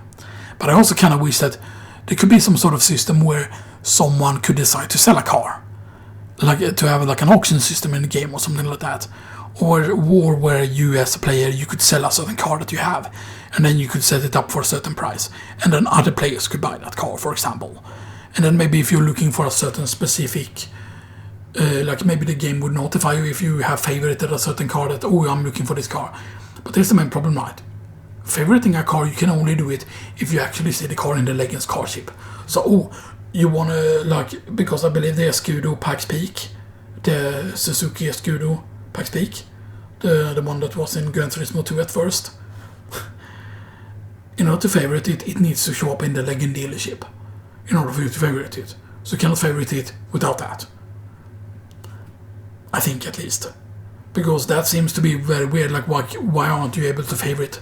Because I kind of wish that in the game, if you, for example, favorite something, then it should show up, for example, like if there is a certain specific car that you have favorited, then there should be a special icon at the Legend car dealership or in the used car dealership whenever that car shows up. So you know that, now my favorite car, or this car that I really want to get my hands on, shows up and stuff like that, but yeah. I kind of wish that would be the case, but that's at least not the case seemingly, and stuff that I kind of wish that would be at least that you could go in on when all the cards are displayed and you can just check off there, I want to add this to favorite, and then of course they would disappear from the favorite once you actually have said card and stuff that, but yeah. Just, because use that would just make things easier and stuff that, but yeah. Anyway, at the number 7 we have Bomber Rush Cyberpunk for the PS5. So Bomber Rush Cyberpunk technically kind of feels like a sequel to Jet Set Radio Future specifically, rather than the original Jet Set Radio or Jet Grind Radio as it was called over in the overseas and stuff like that.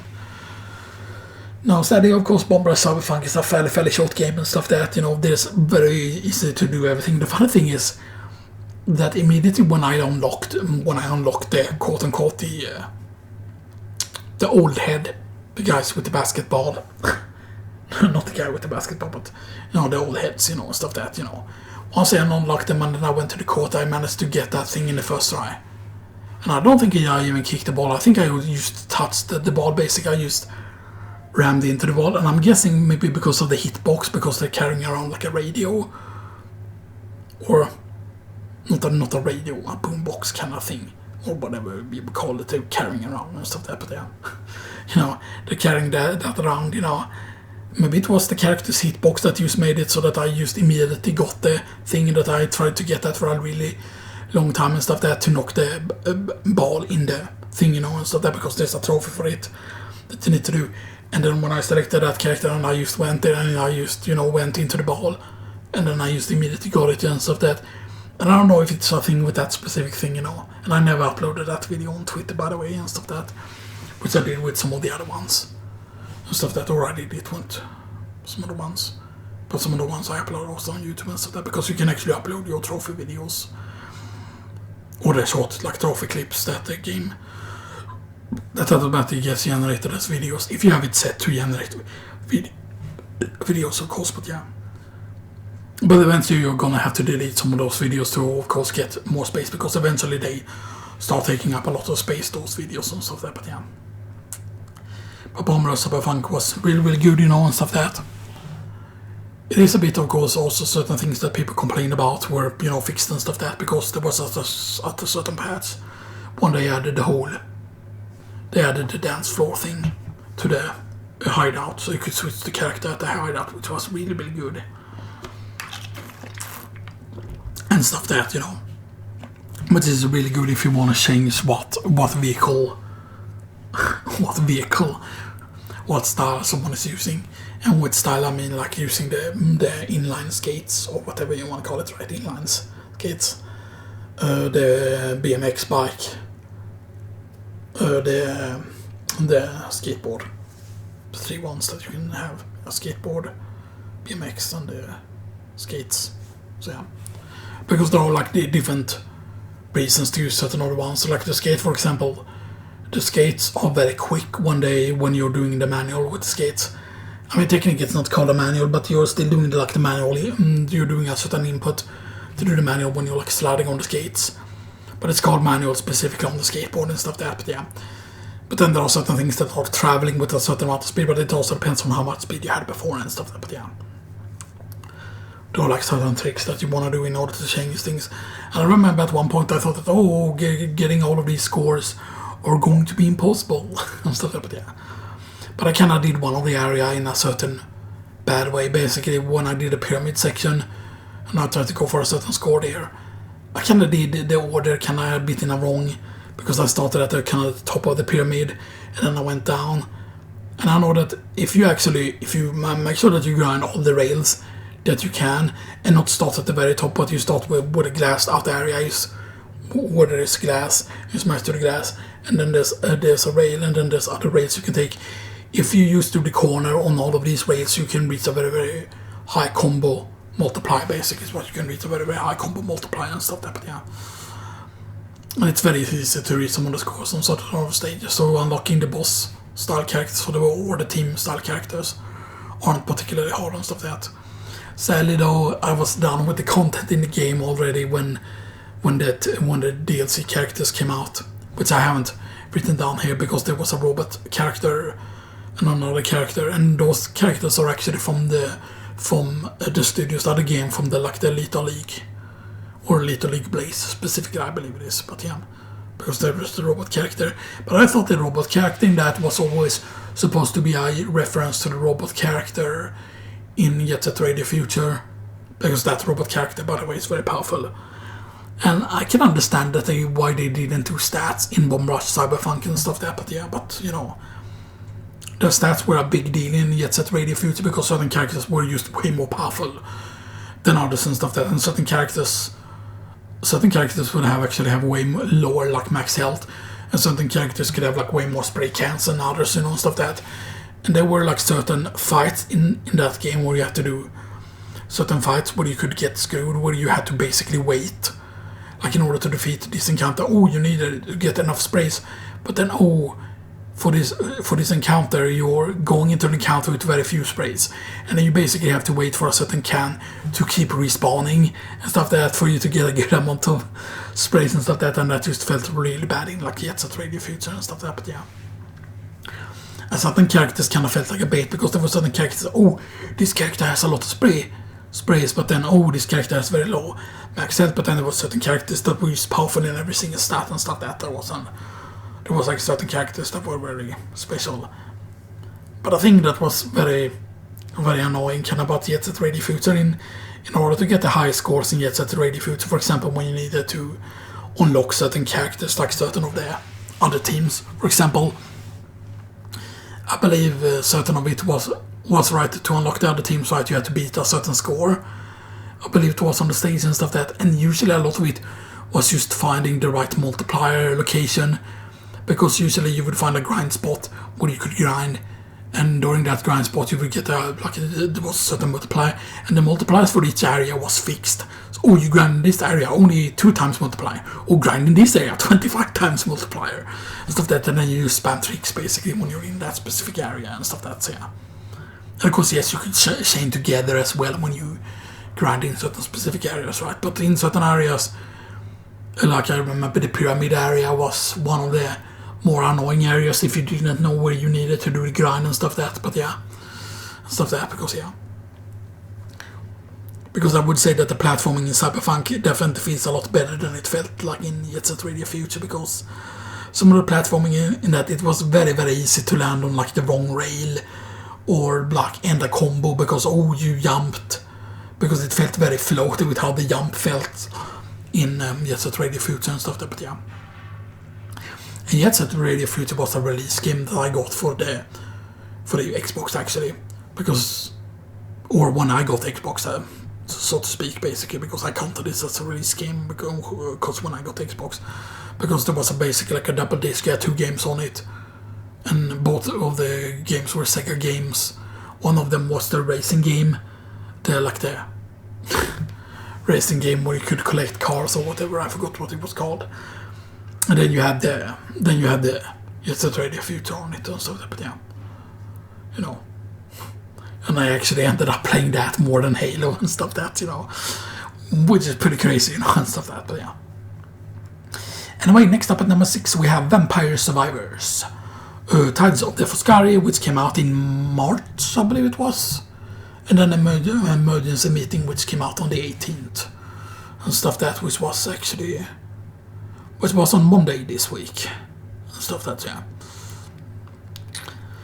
So an Emergency Meeting is yes, there's quite a bit of characters in that, but as I said, for example, there is no sheriff role and there is no sheriff class. And sheriff was one of the classes because I basically went in and checked yesterday what the classes were and stuff that were in like I went into Among Us, into a wiki, and I checked the classes out, because at one point in the game they had the classes instead of just being, because basically you could have a costume, so you could look like a police officer, you could look like a medic or whatever, right? But those weren't actual classes in the game. But at one point after a certain patch, they actually added actual classes in the game, and some of the classes had special abilities and stuff that you had, like scientist, you had like engineer, you had sheriff, you had like certain roles, shapeshifter and stuff that, so yeah, certain classes, so to speak. But then of course, if you would count in like the costumes, right? For example, like one thing, like if they would add more DLC to this, more stuff to Emergency Meeting, like I don't know if there is a chance that they would do more Among Us, like crossover and stuff that. Because it just feels like, okay, they added the Polaris map, but then if you go in, you go and check, for example, like if you go and check like Among Us maps.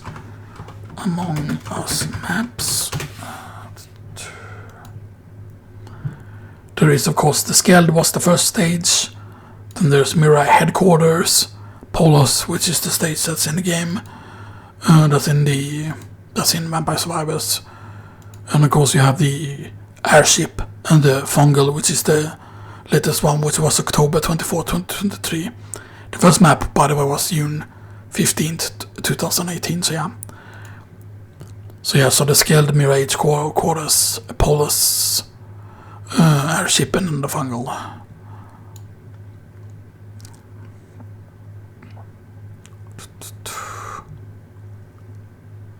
Among Us ports.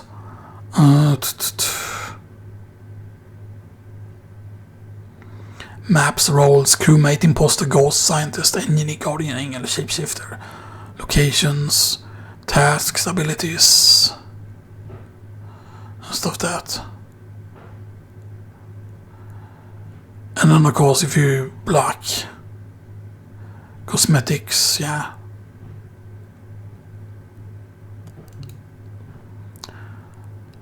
There were of course the different skins of the game, but certain skins were actually part of an entire set that you could get and stuff that, you know. Certain ones were used like simple skins and stuff that, but there were certain parts that were like part of a full set and stuff that, but yeah.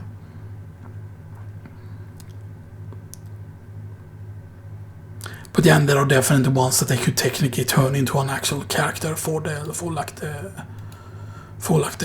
Vampire Survivors and stuff that, you know. And stuff that there's an astronaut skin.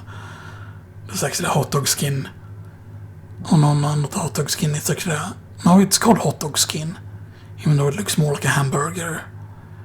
But it's memeing with the whole $150 price tag, right? Because there was a company, a fast food company in the United States, I believe, that always had like a thing that, oh, their hot dog are always gonna be this price. The hot dog is always gonna be this price. And then they basically kind of revolted within that company when all of a sudden, like there were certain people that said, oh, we're gonna have to raise the price of the hot dog because of inflation and stuff that. And then the company, like certain people within the company were like, nah, we're not gonna change the hot dog price, you know. Even though, you know, things needs to be more expensive, you know, like we're not gonna change the hot dog price from $150, you know, because they had already said that we're gonna remain at $150 no matter what, you know, and stuff like that, yeah. So yeah. But there's a lot of interesting, you know, skins and stuff there, so yeah. Because there are different ones that I feel that they could turn into actual like classes in the game and stuff that, so yeah, that you could use, you know, that could become things in that could become things in the Vampire Survivors and stuff that, yeah.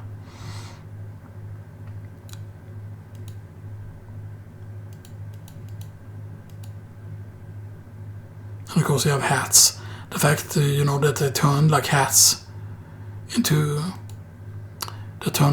weapons in the game and stuff, that is something that they did. But technically right, they added, you know, they added some of the passive weapons, but they could have added like the pets also as weapons or like as passives, right? Because there's a few pets, you know, there's a goose, bed crab, bread pet, Yule goat, which is the Christmas goat, or the Christmas thing, you know, stuff that. So there's a lot of, you know, and there's one that's actually like the Twitch icon thing, you know, and stuff that's actually pretty funny. There are certain ones that are of course crossover with other games, you know, and those they could probably not get, you know, and stuff there, but yeah, well, there's a lot of like stuff, you know. But it's thinking because some of the pets they could definitely turn into a thing, you know, but yeah. Then you have something called Cosmic Cubes.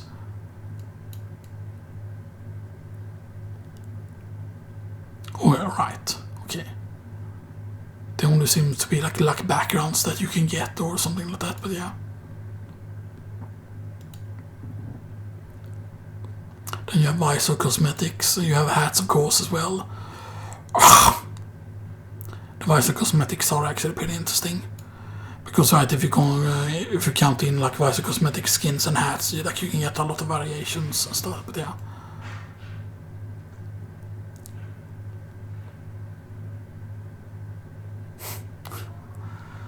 There are actually some pretty funny ones, you know.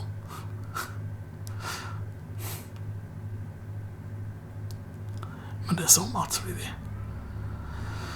And hats of course makes perfect sense, you know, and stuff that, you know, because, you know, the game is pretty silly.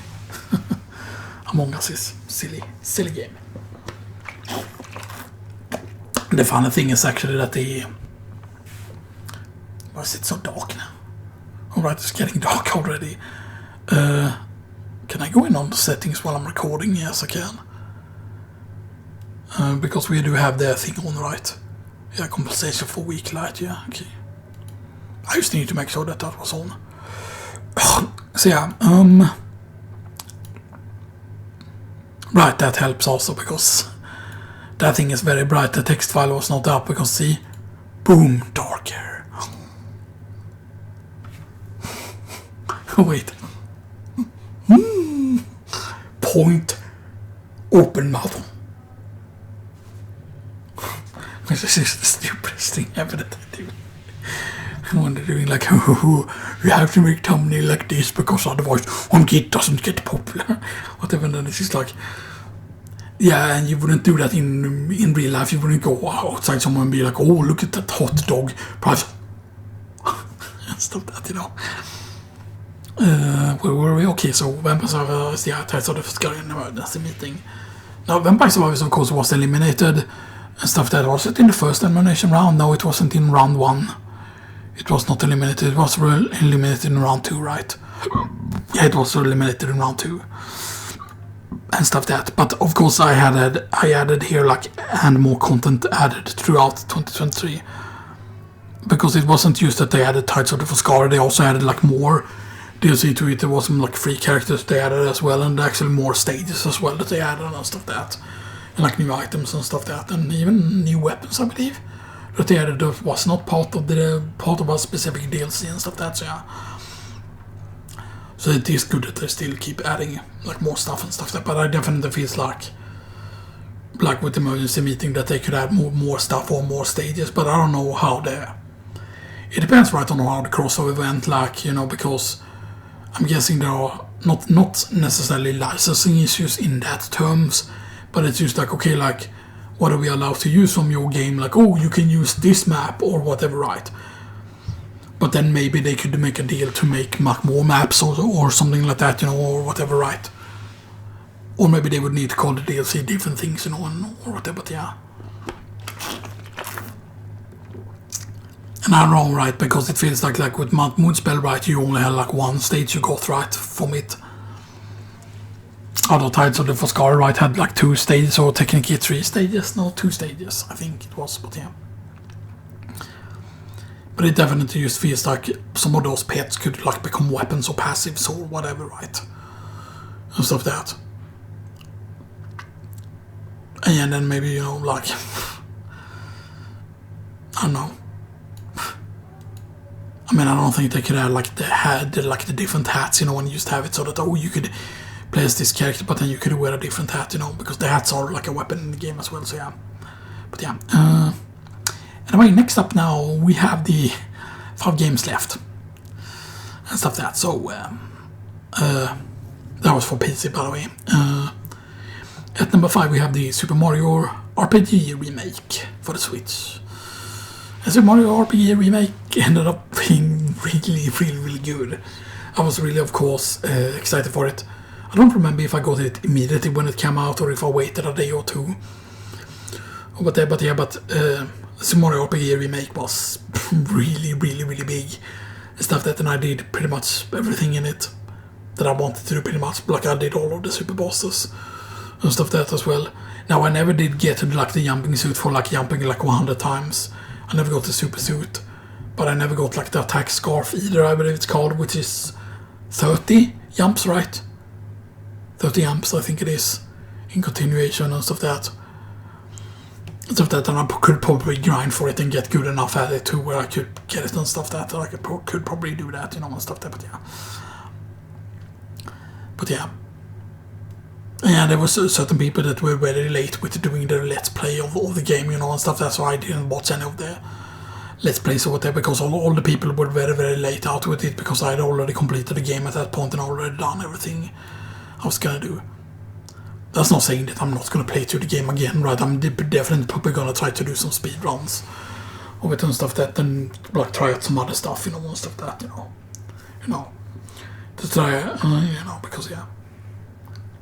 And of course, because of technically the game's limit breaks, kinda, because yes, there is a meter that you fill up and stuff that, and if you're good with like timing, like attacks and timing certain things, then you can like very, very easily build up that meter pretty quickly and stuff that, but yeah. And then there's also an accessory that helps with that as well, you know, and stuff that, but yeah. And some of the bosses had, of course, interesting solutions, like the refight with booster, for example, that... I mean, technically you didn't have to fight the booster when you went to the game normally if you didn't get caught, you know, and stuff that, so yeah. But the booster refight is pretty interesting because you need a very specific setup kind of to do that fight properly and stuff that, because you want to make sure that you have certain characters in reserve, because the characters that you have in reserve boost the entire party with certain things, you know, oh, this increases your speed, or this increases your attack and magic defense, you know, stuff like that, so yeah. So there was a specific setup that he wanted to do to actually have an easier time. And he wanted to go into that fight also with full limit break and stuff like that, but you didn't want to use the limit break immediately because you wanted to abuse the way the turn system work in the game and stuff like that to defeat the booster boss. Because basically, if he gets off the train too many times, then you're basically just gonna wipe and stuff like that, and you have no chance basically. So yeah. So there's a very specific order you use to do things in, and then you can just very, very easily win the fight and stuff like that. So yeah. But overall, I mean, the stuff that they added to the game felt really great. Although, in my opinion, right, there were certain two characters that I think should have been like secret characters that you could have unlocked and stuff like that. And it kind of felt like I don't remember if you technically had that diary in the original game, because it kind of feels like there is a diary that you get in the game, or that you have in the game, where the characters are writing down their thoughts and stuff like that. And then when you encounter Link at the inn, for example, by sleeping at a certain town and stuff like that, he shows up. And normally in the original game, they disappear after a certain part. Samus disappears from Peach's castle at a certain point, and Link disappears from the place where he sleeps. But they stay there throughout the entire game. You can make it to the very last save in the game, and then you can go back to, or you can basically do the save that's after you have beaten the game, basically when it is the star next to the save or whatever it is, right? But yeah, you can go back to Peach's castle. You can go back to the town where Link sleeps, and they are still there. So that, of course, you need to actually go to sleep. You need to actually use the inn for it to actually show up and stuff like that. And so that, but it definitely feels according to one of the things that. In one of them, Mallow says that, like with Link, they say that, I would have liked to have offered this character, or I would have liked to share a blah blah blah, insert certain name, like one of the cola items with this character, right? And I thought, they added something. They want you to go and use some frog coins and get this drink, and then give this drink to Link, and then he would wake up, and then he would join your party as a summon, or like a super attack, or as a party member. But no, they did not do that. Same thing with Samus. It definitely feels because of there being like diary stuff about them, you know, it definitely felt like they were gonna be more than just Easter egg this time around, like they were just Easter eggs in the original, but then it just felt like they could have done something with these two characters, that they could have made them like extra stuff. Now, I don't know if it's possible to make like DLC for Super Mario RPG Remake, if it's possible to add more stuff, you know, and stuff that, you know, because obviously Luigi had a wish, and Luigi does show up in the ending text of the game. Luigi actually does show up and stuff that in the like the credits, and supposedly in the original game Luigi was supposed to be in there, but they did not want Luigi because it was basically like there's like old footage from the game, I think it is, or old footage or old screenshots from the game. And I don't remember if it was from specific gaming magazines. But then there was like one where they had like a dinner somewhere and stuff that up in the Cloud Kingdom. It looked like it was like a dinner scene. And then like Luigi was supposed to be there as well as Mario and stuff that. But then, you know, they removed Luigi a lot because they wanted the focus to be on Mario. For whatever reason. And yeah, so, you know. Now I can understand, right, yes, it would be hard to add like Link and add, you know, Samus as characters in the game, because what armor would they use? Yeah, so maybe they would just have like, maybe Samus would just start with a power suit. Yeah. And then we get a warrior suit and then a gravity suit. You know, and maybe there would be specific bosses that they would add. They would maybe add like 2 DLCs. One DLC for Samus as a character, and that DLC would come with some bosses, and or defeat this boss to give her the warrior suit. Defeat this boss, get gravity suit. And then maybe you had to defeat some, not bosses necessarily, but maybe hunt down certain enemies, and they would add more enemies. They would add some enemies for Metroid as well. Or go and defeat this enemy and you can get missiles. Go defeat these enemies, you get super missiles. And they would be like an attack, like, oh, missile. Mash the button like a fireball and then shoot missiles.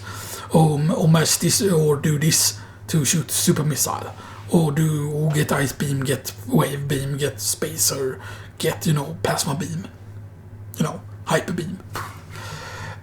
You know, they could have like a lot of like interesting attacks, you know, and stuff like that, like timing and stuff like that, like, oh, time the screw attack, or time the speed booster, time the shine spark. You know, there's a lot of interesting things they could do. Like Link could have, of course, green mail or green tunic, or green ring. Not green ring, but green tunic, you know, and then like blue ring, red ring, or like blue tunic, red tunic, or blue mail, red mail, you know, and stuff. That's, yeah, you know.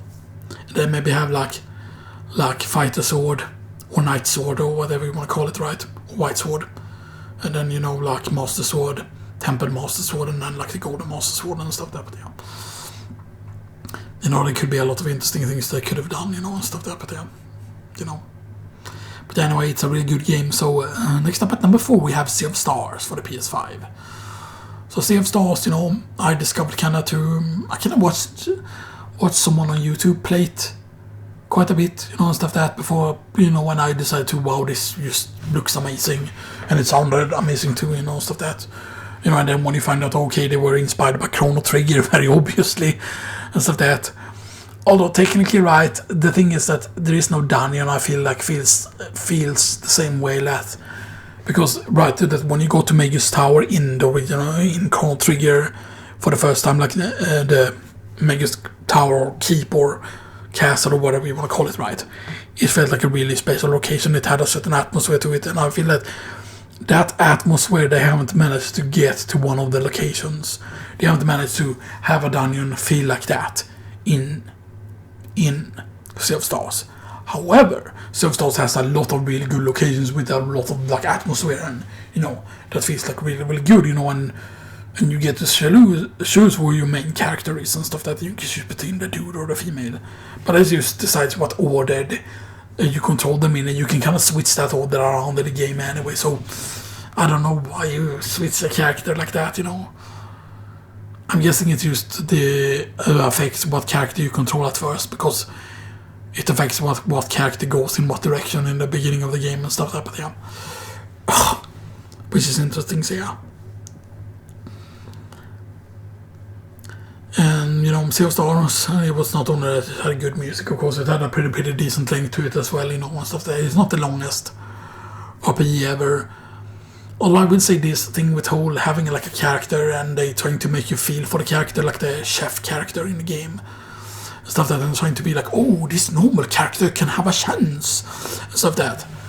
And then all the other characters have like special powers and or are special in some kind of way, like, you know, and stuff that. And it's very obvious, right, that the pirate captain is the rogue, and that rogue is not just a normal, like, oh, normal assassin type character, right? That this is obviously like a cyborg or something like that, you know, like, obviously because of the way it has certain attacks where it teleports, you know, And obviously, and that teleport is explained later on in the game, you know. Spoilers, time travel kinda. Or kinda travel to another dimension, not really time travel, but you know. Or technically it is time travel into the future, far future and stuff like that, but it's like really, really cool. I kind of wish that the future part would have been expanded upon, you know, and stuff like that. It just feels like very short comparison to how big the main world area is, you know. Now they have said apparently that there are going to be DLC for Sea of Stars, which I'm guessing is going to be next year then. A DLC for it, you know, and stuff like that, you know. Because I kind of wish that they would like increase the max level in the game, you know, and stuff like that, so you could gain high levels and stuff like that, so yeah, because it would be interesting, you know. Now, would we see new party members? Like, that's the question. Would we see more combo attacks? Would we see more triple text technically and stuff like that? It would be interesting. But then, yeah, there are certain attacks, of course, also that require you to get a certain thing. I forgot if it was a meter you filled up or however it was, because you have, like, certain very special attacks, like the pirate character has one attack, you know, where she summons the rest of her crew, and then a pirate ship attacks, you know. That's for the assassin character and stuff that, like, they're all like limit break style attacks, or they're kind of like almost like a big summons and stuff that, like, those attacks are really cool and very cinematic and stuff that, and they look like really, really, really cool, you know, and stuff that. They're awesome, like, because those attacks, right, those attacks are or there was something that you needed to fill up, I think, for those attacks, right? They were called something specific, right? I don't remember on top of my head, you know. It was a while ago since I played through Sea of Stars, you know. And actually I did do some of the bosses on the first run through of the game because I basically got the best ending the first time I beat the game and stuff like that, because I did everything, you know, and stuff like that, but yeah. But then the thing, right, is that alright, or maybe I did have to beat the game normally first, because I think that there are one or things that don't unlock until you did a certain thing, but yeah. But yeah, there is a certain thing, for example, that you can activate that makes the game harder, that basically lessens your max health, so that your max health becomes a lot lower and stuff like that. And then you need to get the timing of, like, the blocking attacks, or whatever you want to call it, or parry or whatever, right? You want to make that a lot more effective, but then there are certain things that you cannot avoid taking big damage from and stuff like that, so yeah. But I did do that on some of the bosses just on the first time through. And technically I never went for the trophy to start playing through the game again, although there is on a save file where I am playing through the game again, because I need to do a certain of the bosses with those settings on, basically. And stuff there to do certain things, but yeah. So yeah. Right. Next up, at number 3, we have Disco Elysium. So I have no trophies for this game yet.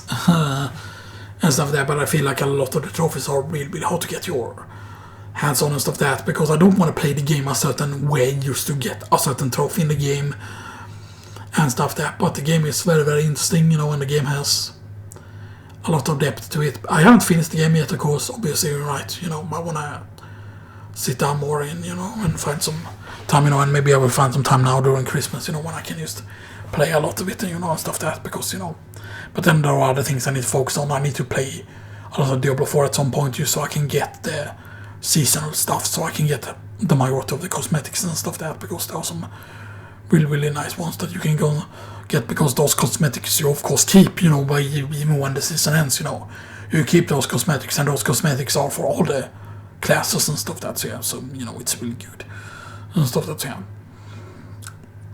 And this Elysium is, like, quite interesting because of the fact that you get to build your character the way you want and stuff that, and you have, like, different stats, you know, and stuff that, and you can choose what your main strength is, and I chose my strength of my character was my intelligence, so I made his intelligence the highest it possibly could be. But then you can also choose a certain thing, a certain way your character thinks, or how they you can choose one specialization area. And that specialization area will make it so that you will get better dice rolls for that specific thing.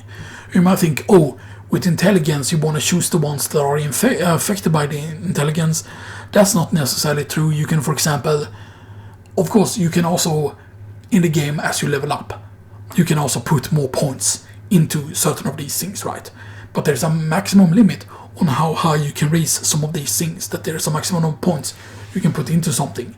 So if a certain stat is very low, for example, if your strength is very low, even if you put a lot of things into the things that are affected by the strength, you cannot get those over a certain amount of points. When your strength is low, if your strength is only 2, for example, you can only get a stat up to a certain point. I think if you have it at 2, I think you can only put like, I forgot how many levels it was, because there's a different amount of levels into a different amount of things, you know. I might actually look that up a bit quick, so. Let's go Elysium. Technique, it's the Final Cut version. Stats. Did I write down Final Cut?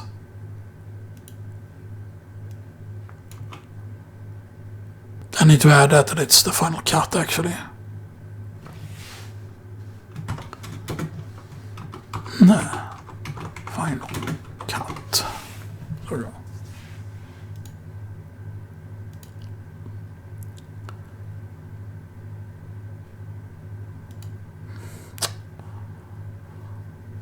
I really...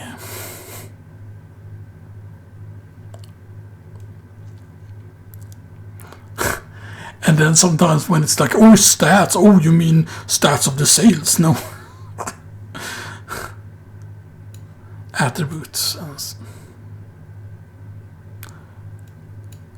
Right, so you can select an archetype, for example, you can select an archetype in the beginning, or you can create your own. So you have like thinker, sensitive, and physical, or you can create your own. You of course want to create your own. So when starting a new game in this Elysium, the player can choose 1 or 3 archetypes for the attribute distribution, or they can make a character from scratch. If make a character from scratch, all 4 attributes can range from 1 to 6 points, inclusive, with a maximum total of 12 points. This is the only time attributes can be changed. Attributes do not level up. So you have intellect, psyche, physique, and motorics. Motorics. Yeah, that sounds weird. But yeah. Customized character are allowed to have a total below 12 points. Even entering the game with just a single point and all 4 attributes, this will significantly negatively affect all skill checks, but players can attempt the challenge if they wish. 2 skills volition of the psychic skill and endurance of the physique skill govern the character's morale and health respectively. When either of those reach 0, it's game over. It's advised that both psyche and physique have at least 2 points to ensure that any incredible early mistakes won't kill the player character. Attributes set the character's starting values in the skill of each skill group. Attributes also set the character's trainable maximum for the skills in the skill group. This means if the character has an exceptionally low attribute, he still won't be able to level up. He still won't be able to level up the skills in that group beyond a very small number. This Elysium has a strong variety of its skill checks throughout the adventure. It was both min-maxing and jack of all trades style of attribute distribution. Further skills but not attributes are greatly affected by equipable clothing. Items can be changed freely during the game.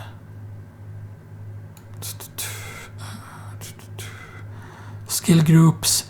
The 4 attributes of this Elysium are intellect, psyche, physique, and motorics.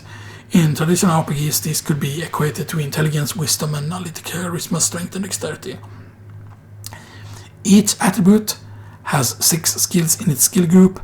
Each group broadly determines the type of checks it will be used for, which can give the player an idea of what kind of archetype they wish to make, if not using a pre-made character.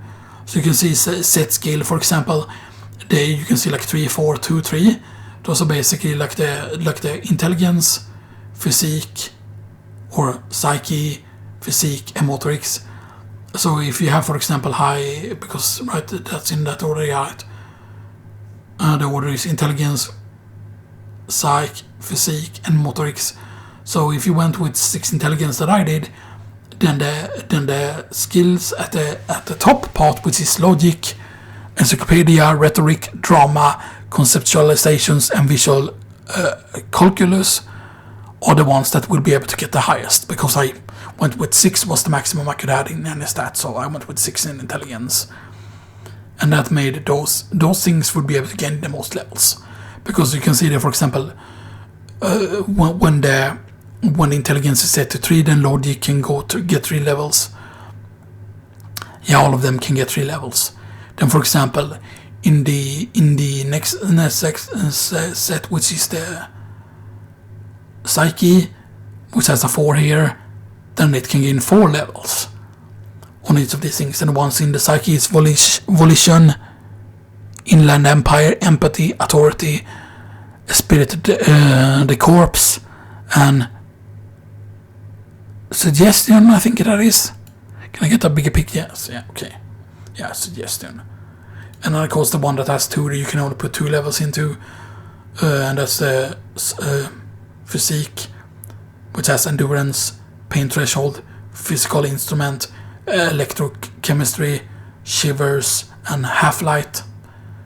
And then of course in the final one, which is the motorics, you have hand and eye coordination, perception, reaction speed, savoir-faire, interfacing, and composure. So the fact that you can have 12 points, right? Right, but maybe that could mean that I could have actually gone higher on the points. But I think that I could only lessen them down to 2 skills. I don't think that I can put anything at 1 skill, that they don't allow that in the final cut. Or maybe they did. Well, let me check something here, so... Right. So that's one, right? So if I had a 16 intelligence, I would only be able to have two in psyche, 2 in physique, and 2 in the motorics. If I went with 16 intelligence, right? But otherwise, right? If I would have had only 1 in those stats, and I would have had, if I could have gone down to 1 in stats in psyche, physique, and the motorics, then I would have been able to have, like, you know, then I would have been able to have 7. Yeah, no. I don't know why I did that wrong.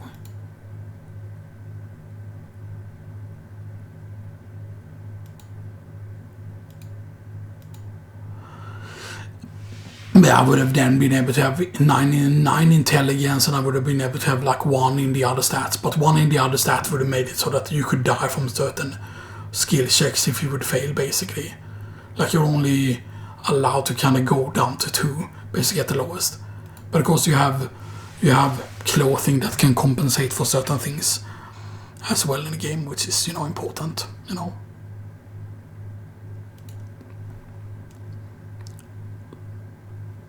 So yeah.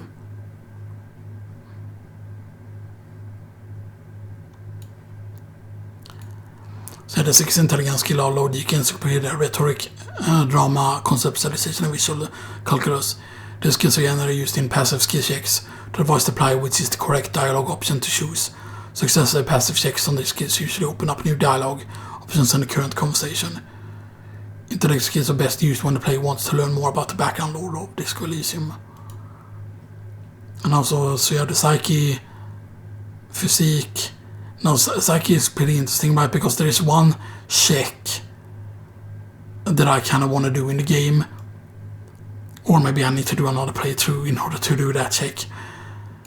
Because there is a check that you can do, so, you know. There are certain checks that you can do in the game. For example, there's one check early on where you can, your first party member that you get, you can like convince him that, oh, this case is supernatural. That's something you can convince in the very first case. You can convince him that, oh, this case is supernatural, but then you need a psyche check, basically, and stuff like that. I believe it's a psyche check, but yeah.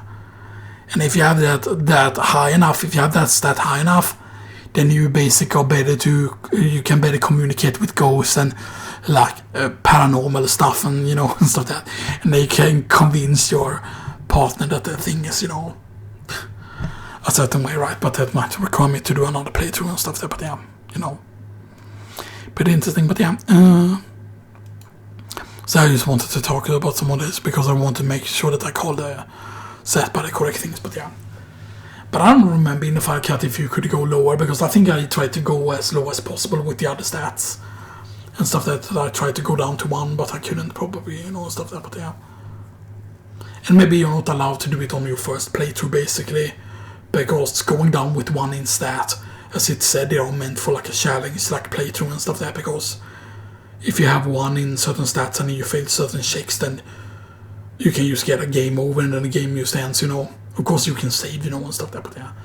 But there is also a weird bug that I encountered early on, where there was one where I went past a certain building, there was a certain NPC that just talked automatically, and that voice from that building, if you went and you clicked at a certain location, the audio was super, super loud. It was way louder than anything else.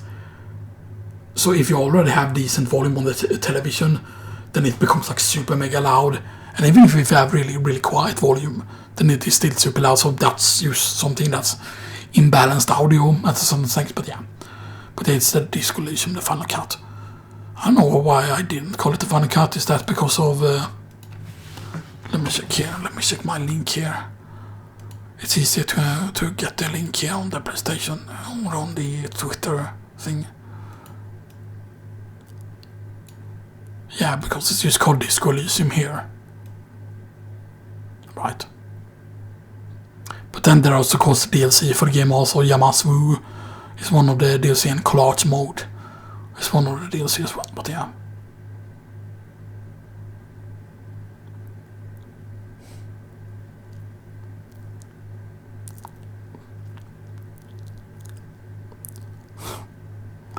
And there are certain ones that are obviously referenced to certain movies and stuff like that, so yeah.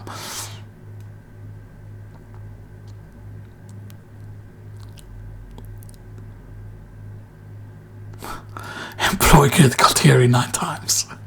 Defend a political center 7 times. Say 5 art cop lines. Say 7 terrain superstars. Preach free market 9 times.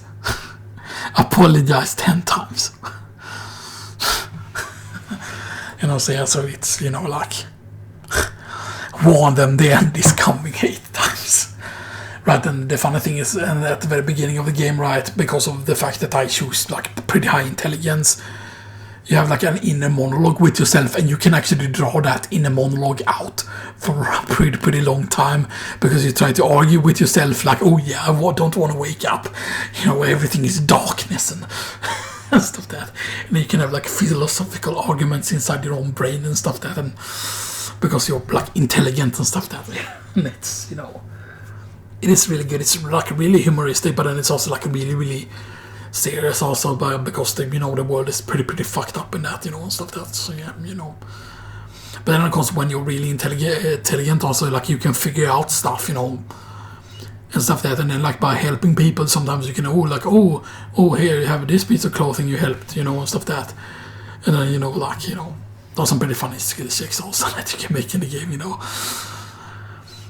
and also the fact that the character is like a drunk and stuff like that, but then you because you need to actually find your clothing in the beginning and stuff like that, which is pretty funny, and you don't necessarily need to find all the clothing pieces if you don't want to and stuff like that, and stuff like that.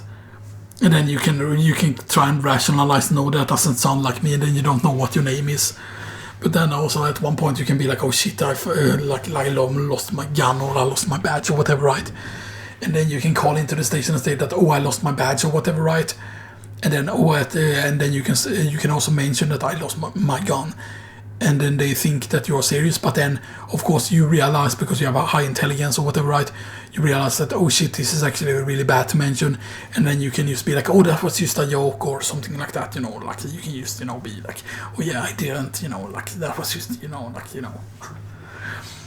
whatever, right? So pretty funny, so there's a lot of fun choices in that, right? And and the fact, of course, that depending on what stats you choose, you can have a very, very different playthrough.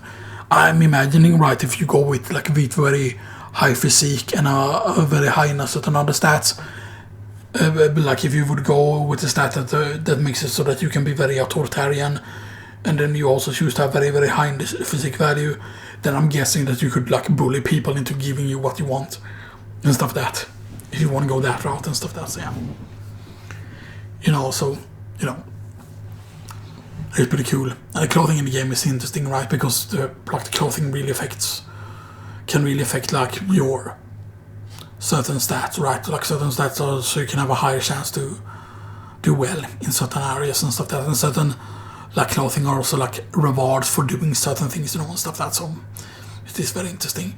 And supposedly, right, the game has like a ton of endings and stuff like that. That it's basically that you decide what way society goes. It's all up to you, basically, pretty much.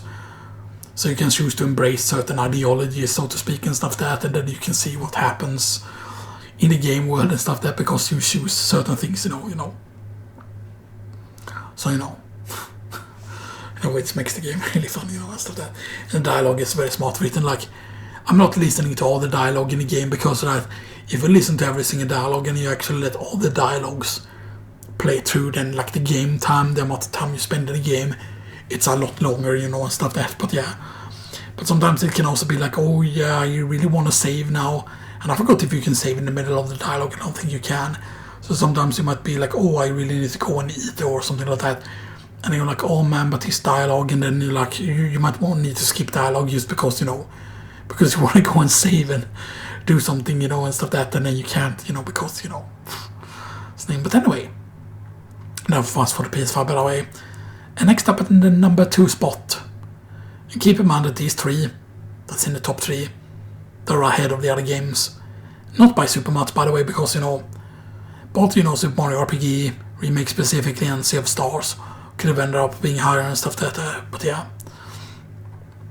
But it was very, very tight between these, like the top 5 deciding between these was actually pretty tough and stuff like that, because I had thought about it for a really, really long time as well, and stuff that, like, I thought about making the list, finishing the list, like, way earlier and stuff that, like, and stuff that, like, I already thought about, I should already finish the list in November instead, and then I pushed it further and further and stuff that, and stuff that, then you might say, you never planned to do it on the 12th, or whatever, and stuff that, because you didn't write the list, right? But I could have recorded on the 12th if I would have, like, done the list on the 12th. I could have easily made it during the 12th, and then recorded. But then, of course, I do want to make sure that I would, like, because I felt like sick and stuff that, like, I want to make sure that I wouldn't get sick, like, for Christmas time, because that would be really bad. Because, you want to hang with family and stuff that during Christmas, and stuff that. But yeah. But at number 2, we have Metroid Prime Remastered, which I almost want to call a remake for the Switch. Because the Metroid Prime Remastered, from what we have heard, there is a second, there is a Metroid Prime 2 Echoes Remaster, and a Metroid Prime 3 Corruption Remaster as well in the works. But Metroid Prime 1, the remaster, that got, of course, more work put into it. Because, of course, the thing is, comparing it to the GameCube original feels very weird.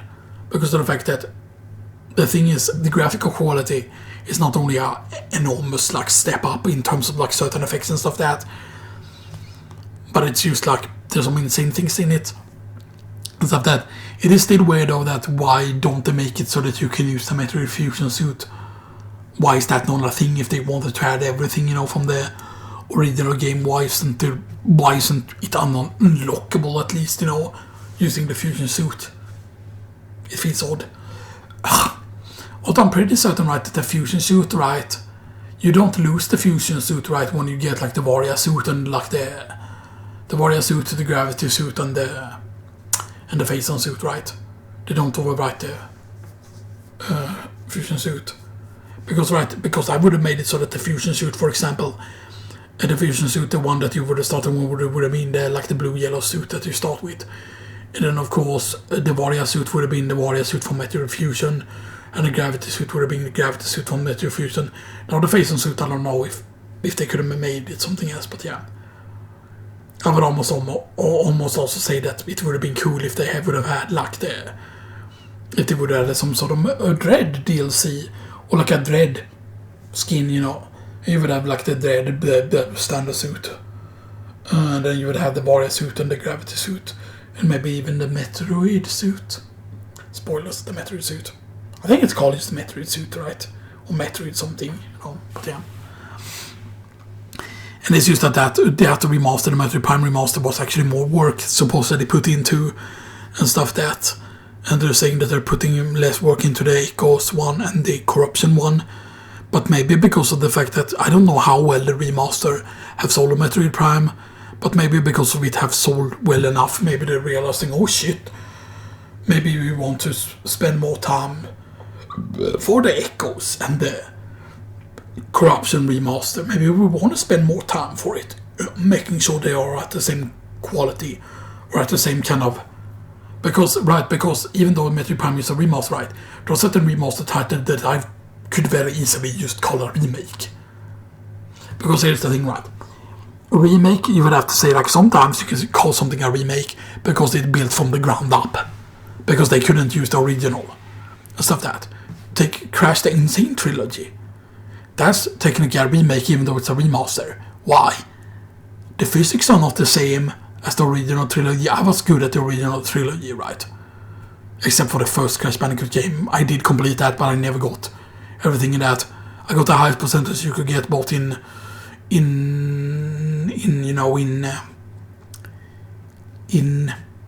do you call it, in Crash Bandicoot 3 Warped, and in Crash Bandicoot 2, like Cortex Strikes Back or whatever it's called, right? But yeah, and I got the highest percentage in those. And technically, right, in Warped you didn't need to get platinum trophies, right? To get the best ending, right? To get the highest percentage, you only needed to get gold relics for the speed running, like with the clock and stuff that, right? You only need to get gold, I think, to get the highest percentage. You did not need to get the platinum. The platinum, I think, didn't give you anything extra, because I do remember getting that special ending, and stuff that when they're fighting over the mask and stuff that they're pulling the masks, and stuff that. But yeah. I did get some platinums, of course, but I never got all platinums, right? Then people might say that that's a max percentage or whatever, right? Because I'm pretty certain that there's no percentage difference between having maximum, like having platinum on all stages, like having gold on all stages was enough, I think. But yeah. But maybe I'm misremembering, maybe I did get platinum in all those stages, but yeah. But of course, the Crash Insane Trilogy, they couldn't use the original stuff, the original material. It wasn't that, they took the original and then they enhanced the graphic. That's not what they did.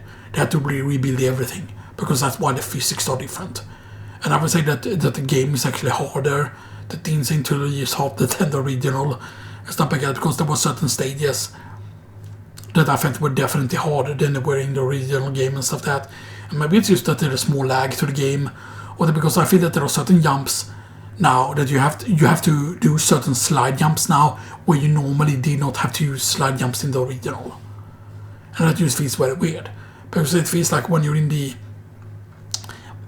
the stages in Crash Bandicoot 3 Warped, when you're on the slick oil or whatever it is, those prehistoric stages where you need to sometimes jump over small lava things. Those things you can use to do a normal jump over, but in the Insane Trilogy it feels like you sometimes need to slide jump over them to even make it over. And that just feels like very odd. Like, is there some sort of delay before you can move in the air? Or what is it, like, why aren't you getting the distance you're supposed to get? That just feels very weird, but yeah. And that, of course, since Metroid Prime Remastered is number 2, that means, of course, that number 1 is...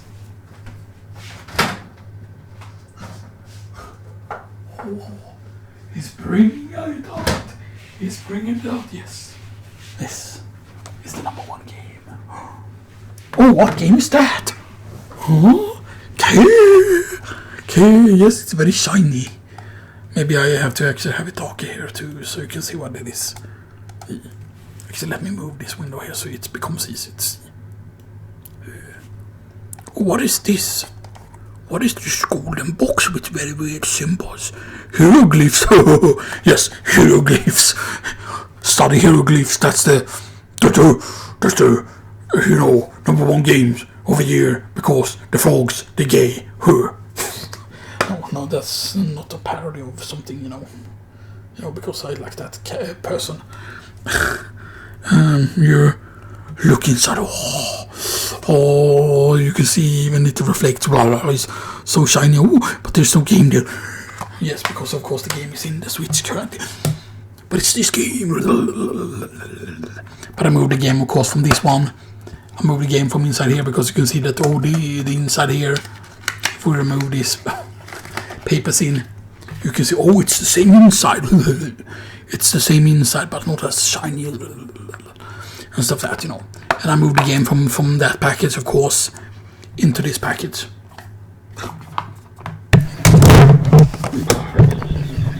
Oops.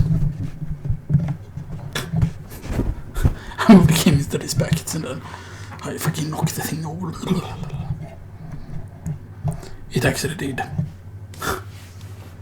I hope it still works. I don't think I hit a button or anything. I don't think I did. Actually, hopefully. Blah, blah, blah. Is it still working properly? Yes, it is still working properly. Yes, nice. Oh, you're sticking here. You're sticking all back here. Yeah. The sock might have actually saved the microphone there.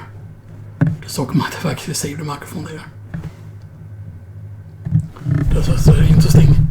But yeah, but it is of course because I have these I cannot use these things so it didn't get knocked down that badly, you know, and stuff like that, so yeah. But yeah, but I think that probably saved it. Hopefully that they didn't like mess up the sound and it's like now or something like that, but yeah. You know, so yeah. Those papers that I need or anything, you know. Like there is no OMG, super omega hidden code or anything. OMG, with this omega code, you can blow up the entire planet. We have to blow up the planet so that the deep state don't get it, and the deep state will totally blow up your pants. And then when they blow up your pants, you will have to get more pants. Pants. Det där är ju säkert så att det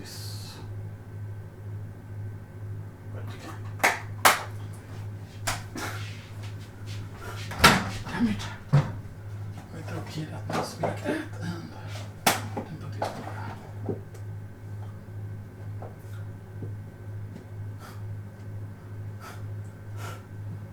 I've just realized that all of the physical games that I have is Zelda except for one, which is the Metroid Dread. Yeah. One game based. Yes, based. OMG, Nazi fascist bigot. You know, OMG, you used the wrong word one time. FBI, we are arresting now. And then it should get us all. Because that's how they work. OMG, you said one word wrong. OMG, you went a little bit in this direction on the street. No, but anyway, the number one game is the Legend of Zelda Tears of the Kingdom Collector's Edition. Or TLOZ colon, or like this, like with the whole dot there and then a dot there. And then TOTK. The Legend of Zelda Tears of the Kingdom. So yeah. And of course, one of the things that was in the box was this. And sadly, my assistant put this in the wrong way on the back, because at the other side of this, like he put the sticky side on this, right? But this is metal. This other side is a magnet. That magnet side should have been on this, and then this sticky stuff that is on this now, this sticky stuff, that should have been on the wall, because then you can mount it on the wall with the sticky, like glue-esque stuff, the sticky glue-esque stuff, but I made it so that I could put it on the wall somewhere and stuff like that. But now there's just a magnet here and stuff like that. Now, so maybe we could just put sticky stuff on the magnet. Maybe we could just put some like really super glue or something like that on it, you know, and I could put it up on the wall or whatever, right? But yeah. But there's one of the things you got with the collector's edition. They're super nice. Because this is metal. Oh. need to make sure that I don't knock it down again. So that I also find my rhino for some reason. By the way, because I did show you the whole Super Mario 3 thing before, but I also found my rhino. I don't remember what the rhino was from. I have no idea. But is that a crack in it? It looks like there is a crack in it actually. This is actually taking damage from something. Huh. That seems so weird.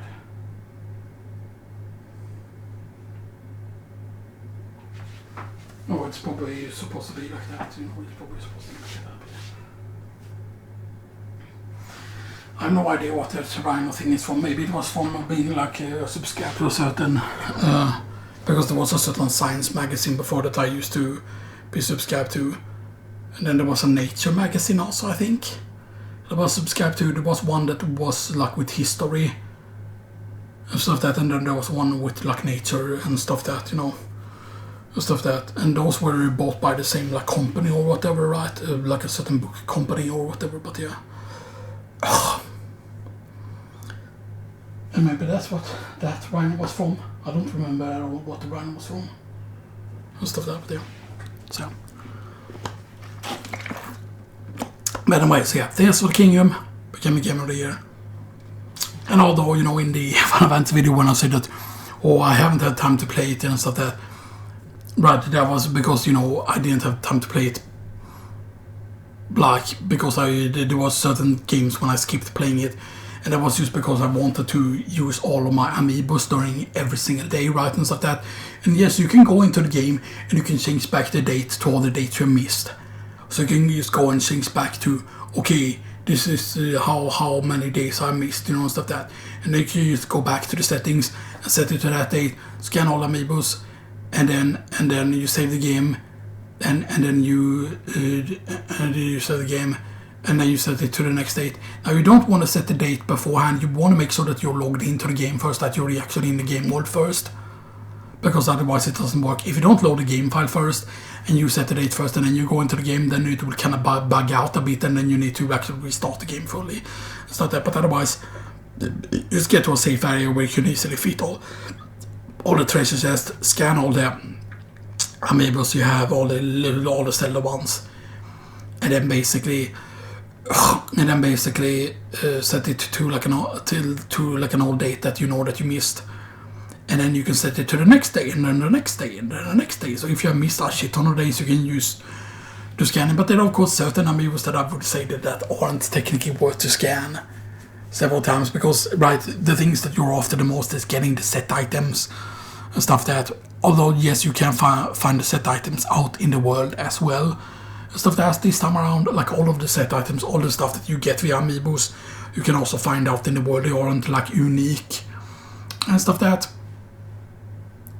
Right, I'm pretty certain that the weapons also, right, that you get via the amiibos can also be found and stuff that. So that like the shield, for example, the shield is really, really powerful. The shield from any of the ones that are like the Toon Link, you know, and stuff that, which is from like Wind Waker.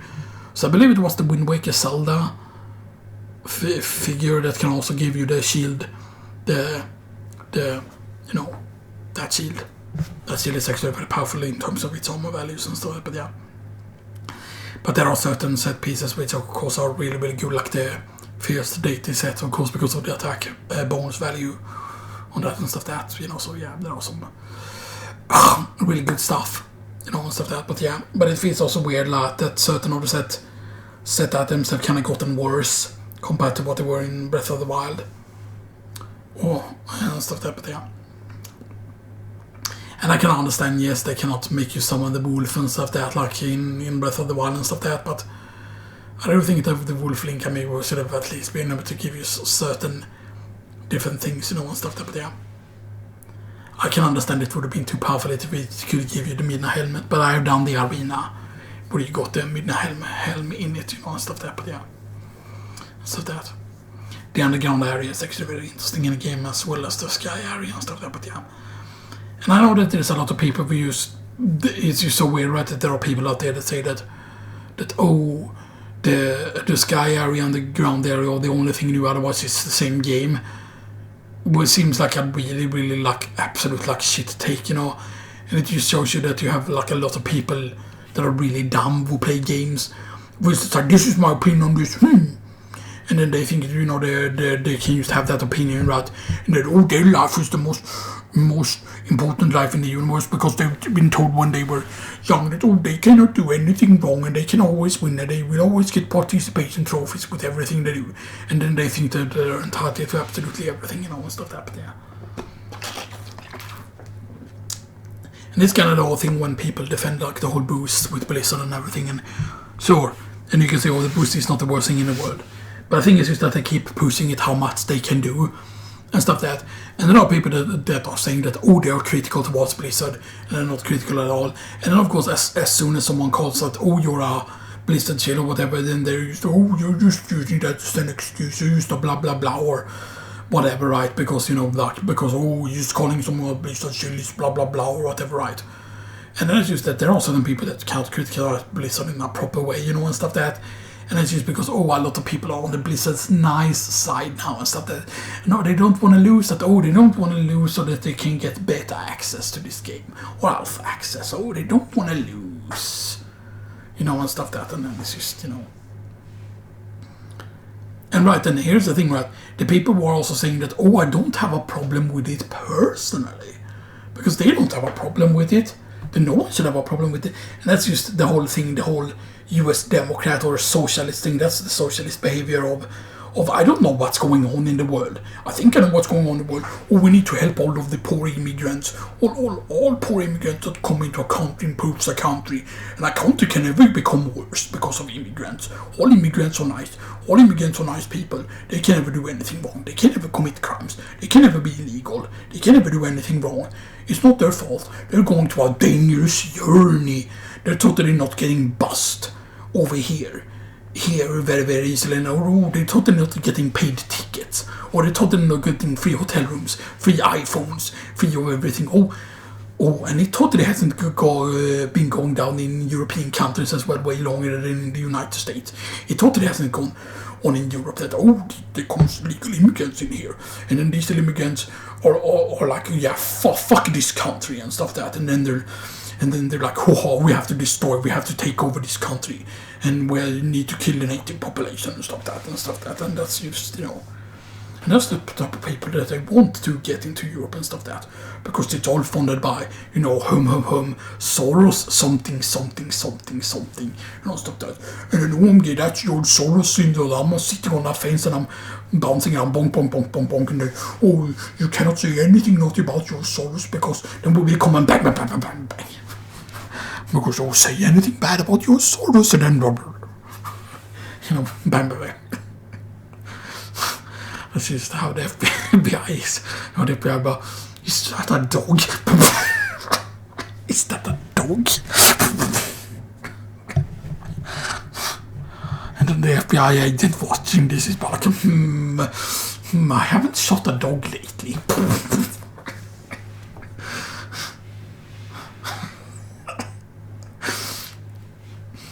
That's hilarious because but of course socialists doesn't like that. You have these jokes in World of Warcraft, remove the jokes, they are too sexual or they are too whatever, and stuff like that. And then, yes, okay, sure, it's fine if they want to remove the jokes in retail, but then of course, the jokes are also removed in classic and stuff, and that feels bad. I don't know if they're actually removed in classic, maybe not, and stuff like that. So I'm not just gonna be like, they're removed in classic, no, they're not, whatever. But it's just, like, because, there are just people that, in with the Zelda game, just have the whole opinion of, this is just an expansion, this used to be an expansion for Breath of the Wild or whatever, right, which is just very, very insane, considering, like, all the stuff that you can do. It feels like that Tears of the Kingdom kind of felt like a reaction to the fact that there was a type of video that you might remember on YouTube became really popular, and that was people doing crazy stuff in Breath of the Wild, like people that figured out, okay, wow, I can travel like really, really far, I can launch myself with this thing, and then I could like travel like insanely far in insanely quick speed and stuff that, I can speedrun the game like super fast because of this was discovered and stuff that. And then you saw a lot of these crazy videos of people doing like crazy stuff, people figuring out crazy things that the devs didn't think about and stuff that. And then they were for like Tears of the Kingdom, they were like, okay, like, people are gonna figure out these crazy stuff, like let's give them like building stuff, like let's have it so that you can build stuff, you can fuse stuff together, like, you can make your machines, like you can make a fucking building that shoots fire and cannons and lasers, and you want to make a mech suit that can, and it is just that whole. I'm gonna say this right, like if you like building or if you like to be like an engineer or whatever, right, and like okay, I'm gonna play my like if you want to play your Link differently, right, you could do like a challenge on that, you're not allowed to use this type of thing, and stuff that, and then you can do that, because the game is absolutely crazy, stuff that, and then like it's up to you, like what do you want to do, things in, do you want to focus on the temples, do you want to focus on the shrines, And I'm a bit, about the shrines, and stuff that, because, there's a lot of shrines, but I also feel like in certain shrines it's very easy to figure out what you need to do. Like certain shrines I don't mind at all, but then there are usually certain shrines where, you better do the correct solution, and stuff like that. And then, yes, certain shrines are just very funny to break, and stuff like that. You just figure out, like, they have this really intricate puzzle, you need to do things in this order, and then like, nah, fuck that, and then you just do something different, and it works, and then it's just like... that's actually fun, like figuring out like, okay, like how can I break this, and stuff like that, and that's really a really big part of the game. And I can understand, right, that there are people that don't like the whole Breath of the Wild thing, and that's often like with the whole thing, right, that we want like actual real dungeons, and stuff like that, because that's always a big part of Zelda, the dungeons and stuff like that, And what I will say that, I mean, you had the Divine Beasts in the previous game, and yes, and I know that yes, you could kinda, if you would put together all the shrines, then yes, you could say it's a dungeon, right? But the shrines are more like mini dungeons, but it's more like puzzles, stuff that, although there are some shrines, of course, that are focused on combat, but I kind of wished that when you found a shrine, that you could say, this is the combat shrine, this is because if you would want to quickly get the things, to increase your maximum health or your stamina, right, your stamina gauge, that you could use, for example, when you first discover the shrine, and you like unlock it so that you can like walk to the shrine, right, because you want to kind of focus on that, because a very good thing in the game is to actually go and find the different shrines and then just activate them, like not solve the shrine, but just activate them, you start the shrine, gets added to the map, because all of these shrines become like teleport locations and stuff like that, which is very, very handy for moving around in the world quicker, if you want to reach certain things, right? And then there's actually a way in this, the game actually teaches you that if you look at the sky, you can actually tell like, okay, that's gonna be stable over there, because you see like a certain type of smoke. So you can tell like, if you look at the clouds and it looks like this way, then you know that this building will be over here, or there's a town over there, because you see the signs on the clouds or whatever, right? That you can use that, so that you can tell from a really long distance that, there's a town directly over there. And that's like really, really cool, like being able to use the environment to tell that something is going to be there, and stuff like that, and if you know about it, and it's really, really cool. And stuff like that. And it's pretty funny that there were certain occasions that I had a pretty hard time finding, even though I had played a shit ton of Breath of the Wild, and stuff like that. It just feels like so weird, like not remembering the map at all, and stuff like that. Which I mean, I guess is kind of an advantage, like not remembering where certain occasions was. Sure, of course, you always remember that Death Mountain is always going to be to the north and stuff like that. But and Hyrule Castle is always going to be the north of there, or a certain town. But it's really cool also to go back to certain locations to remember from the last game, and then think like, okay, this is how this location has changed, and stuff like that. But yeah, and it's just and I know that Tears of the Kingdom came out like later.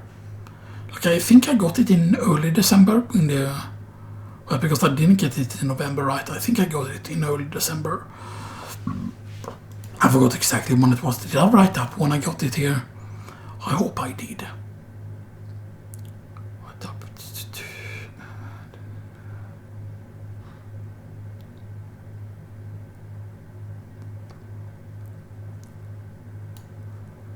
I think you can find it otherwise on my Twitter, actually. I'm pretty certain I can find it on Twitter. Twitter.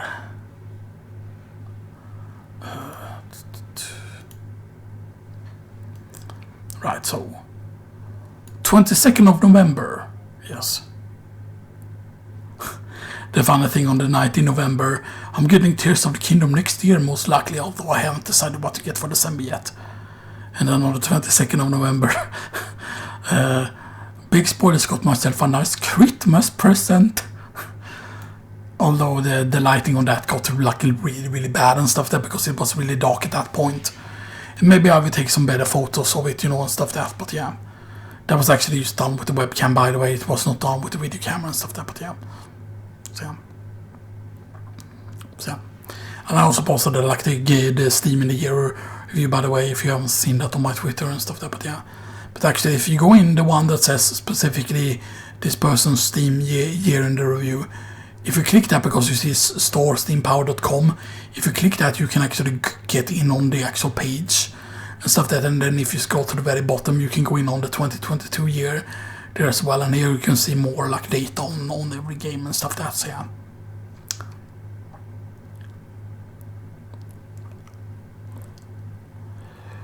Oh. Yeah.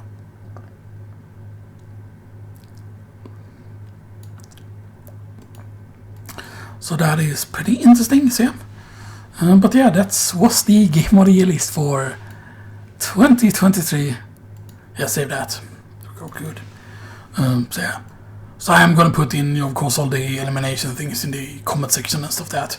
Even though that's probably gonna be a lot of text, you know, to read through, and that's just, you know. And I hope that YouTube won't count it as spam, just because some of these I've already posted on another video and stuff that in the comment section, right? That I hope that it won't count it as being like spam, like, oh, you cannot post this message because you've already posted this message before, or whatever, right? Because that would be stupid, you know. Because yeah, because there are sometimes when I don't want to throw away certain text files that I've written and stuff that, because I still have I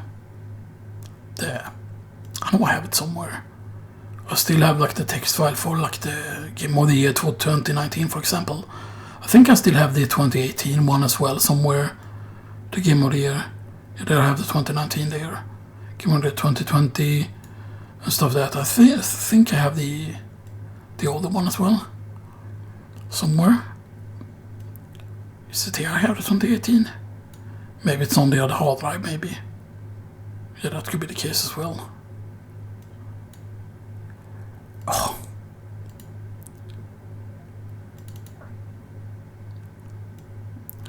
Let me just keep. Damn, it's so hard to find.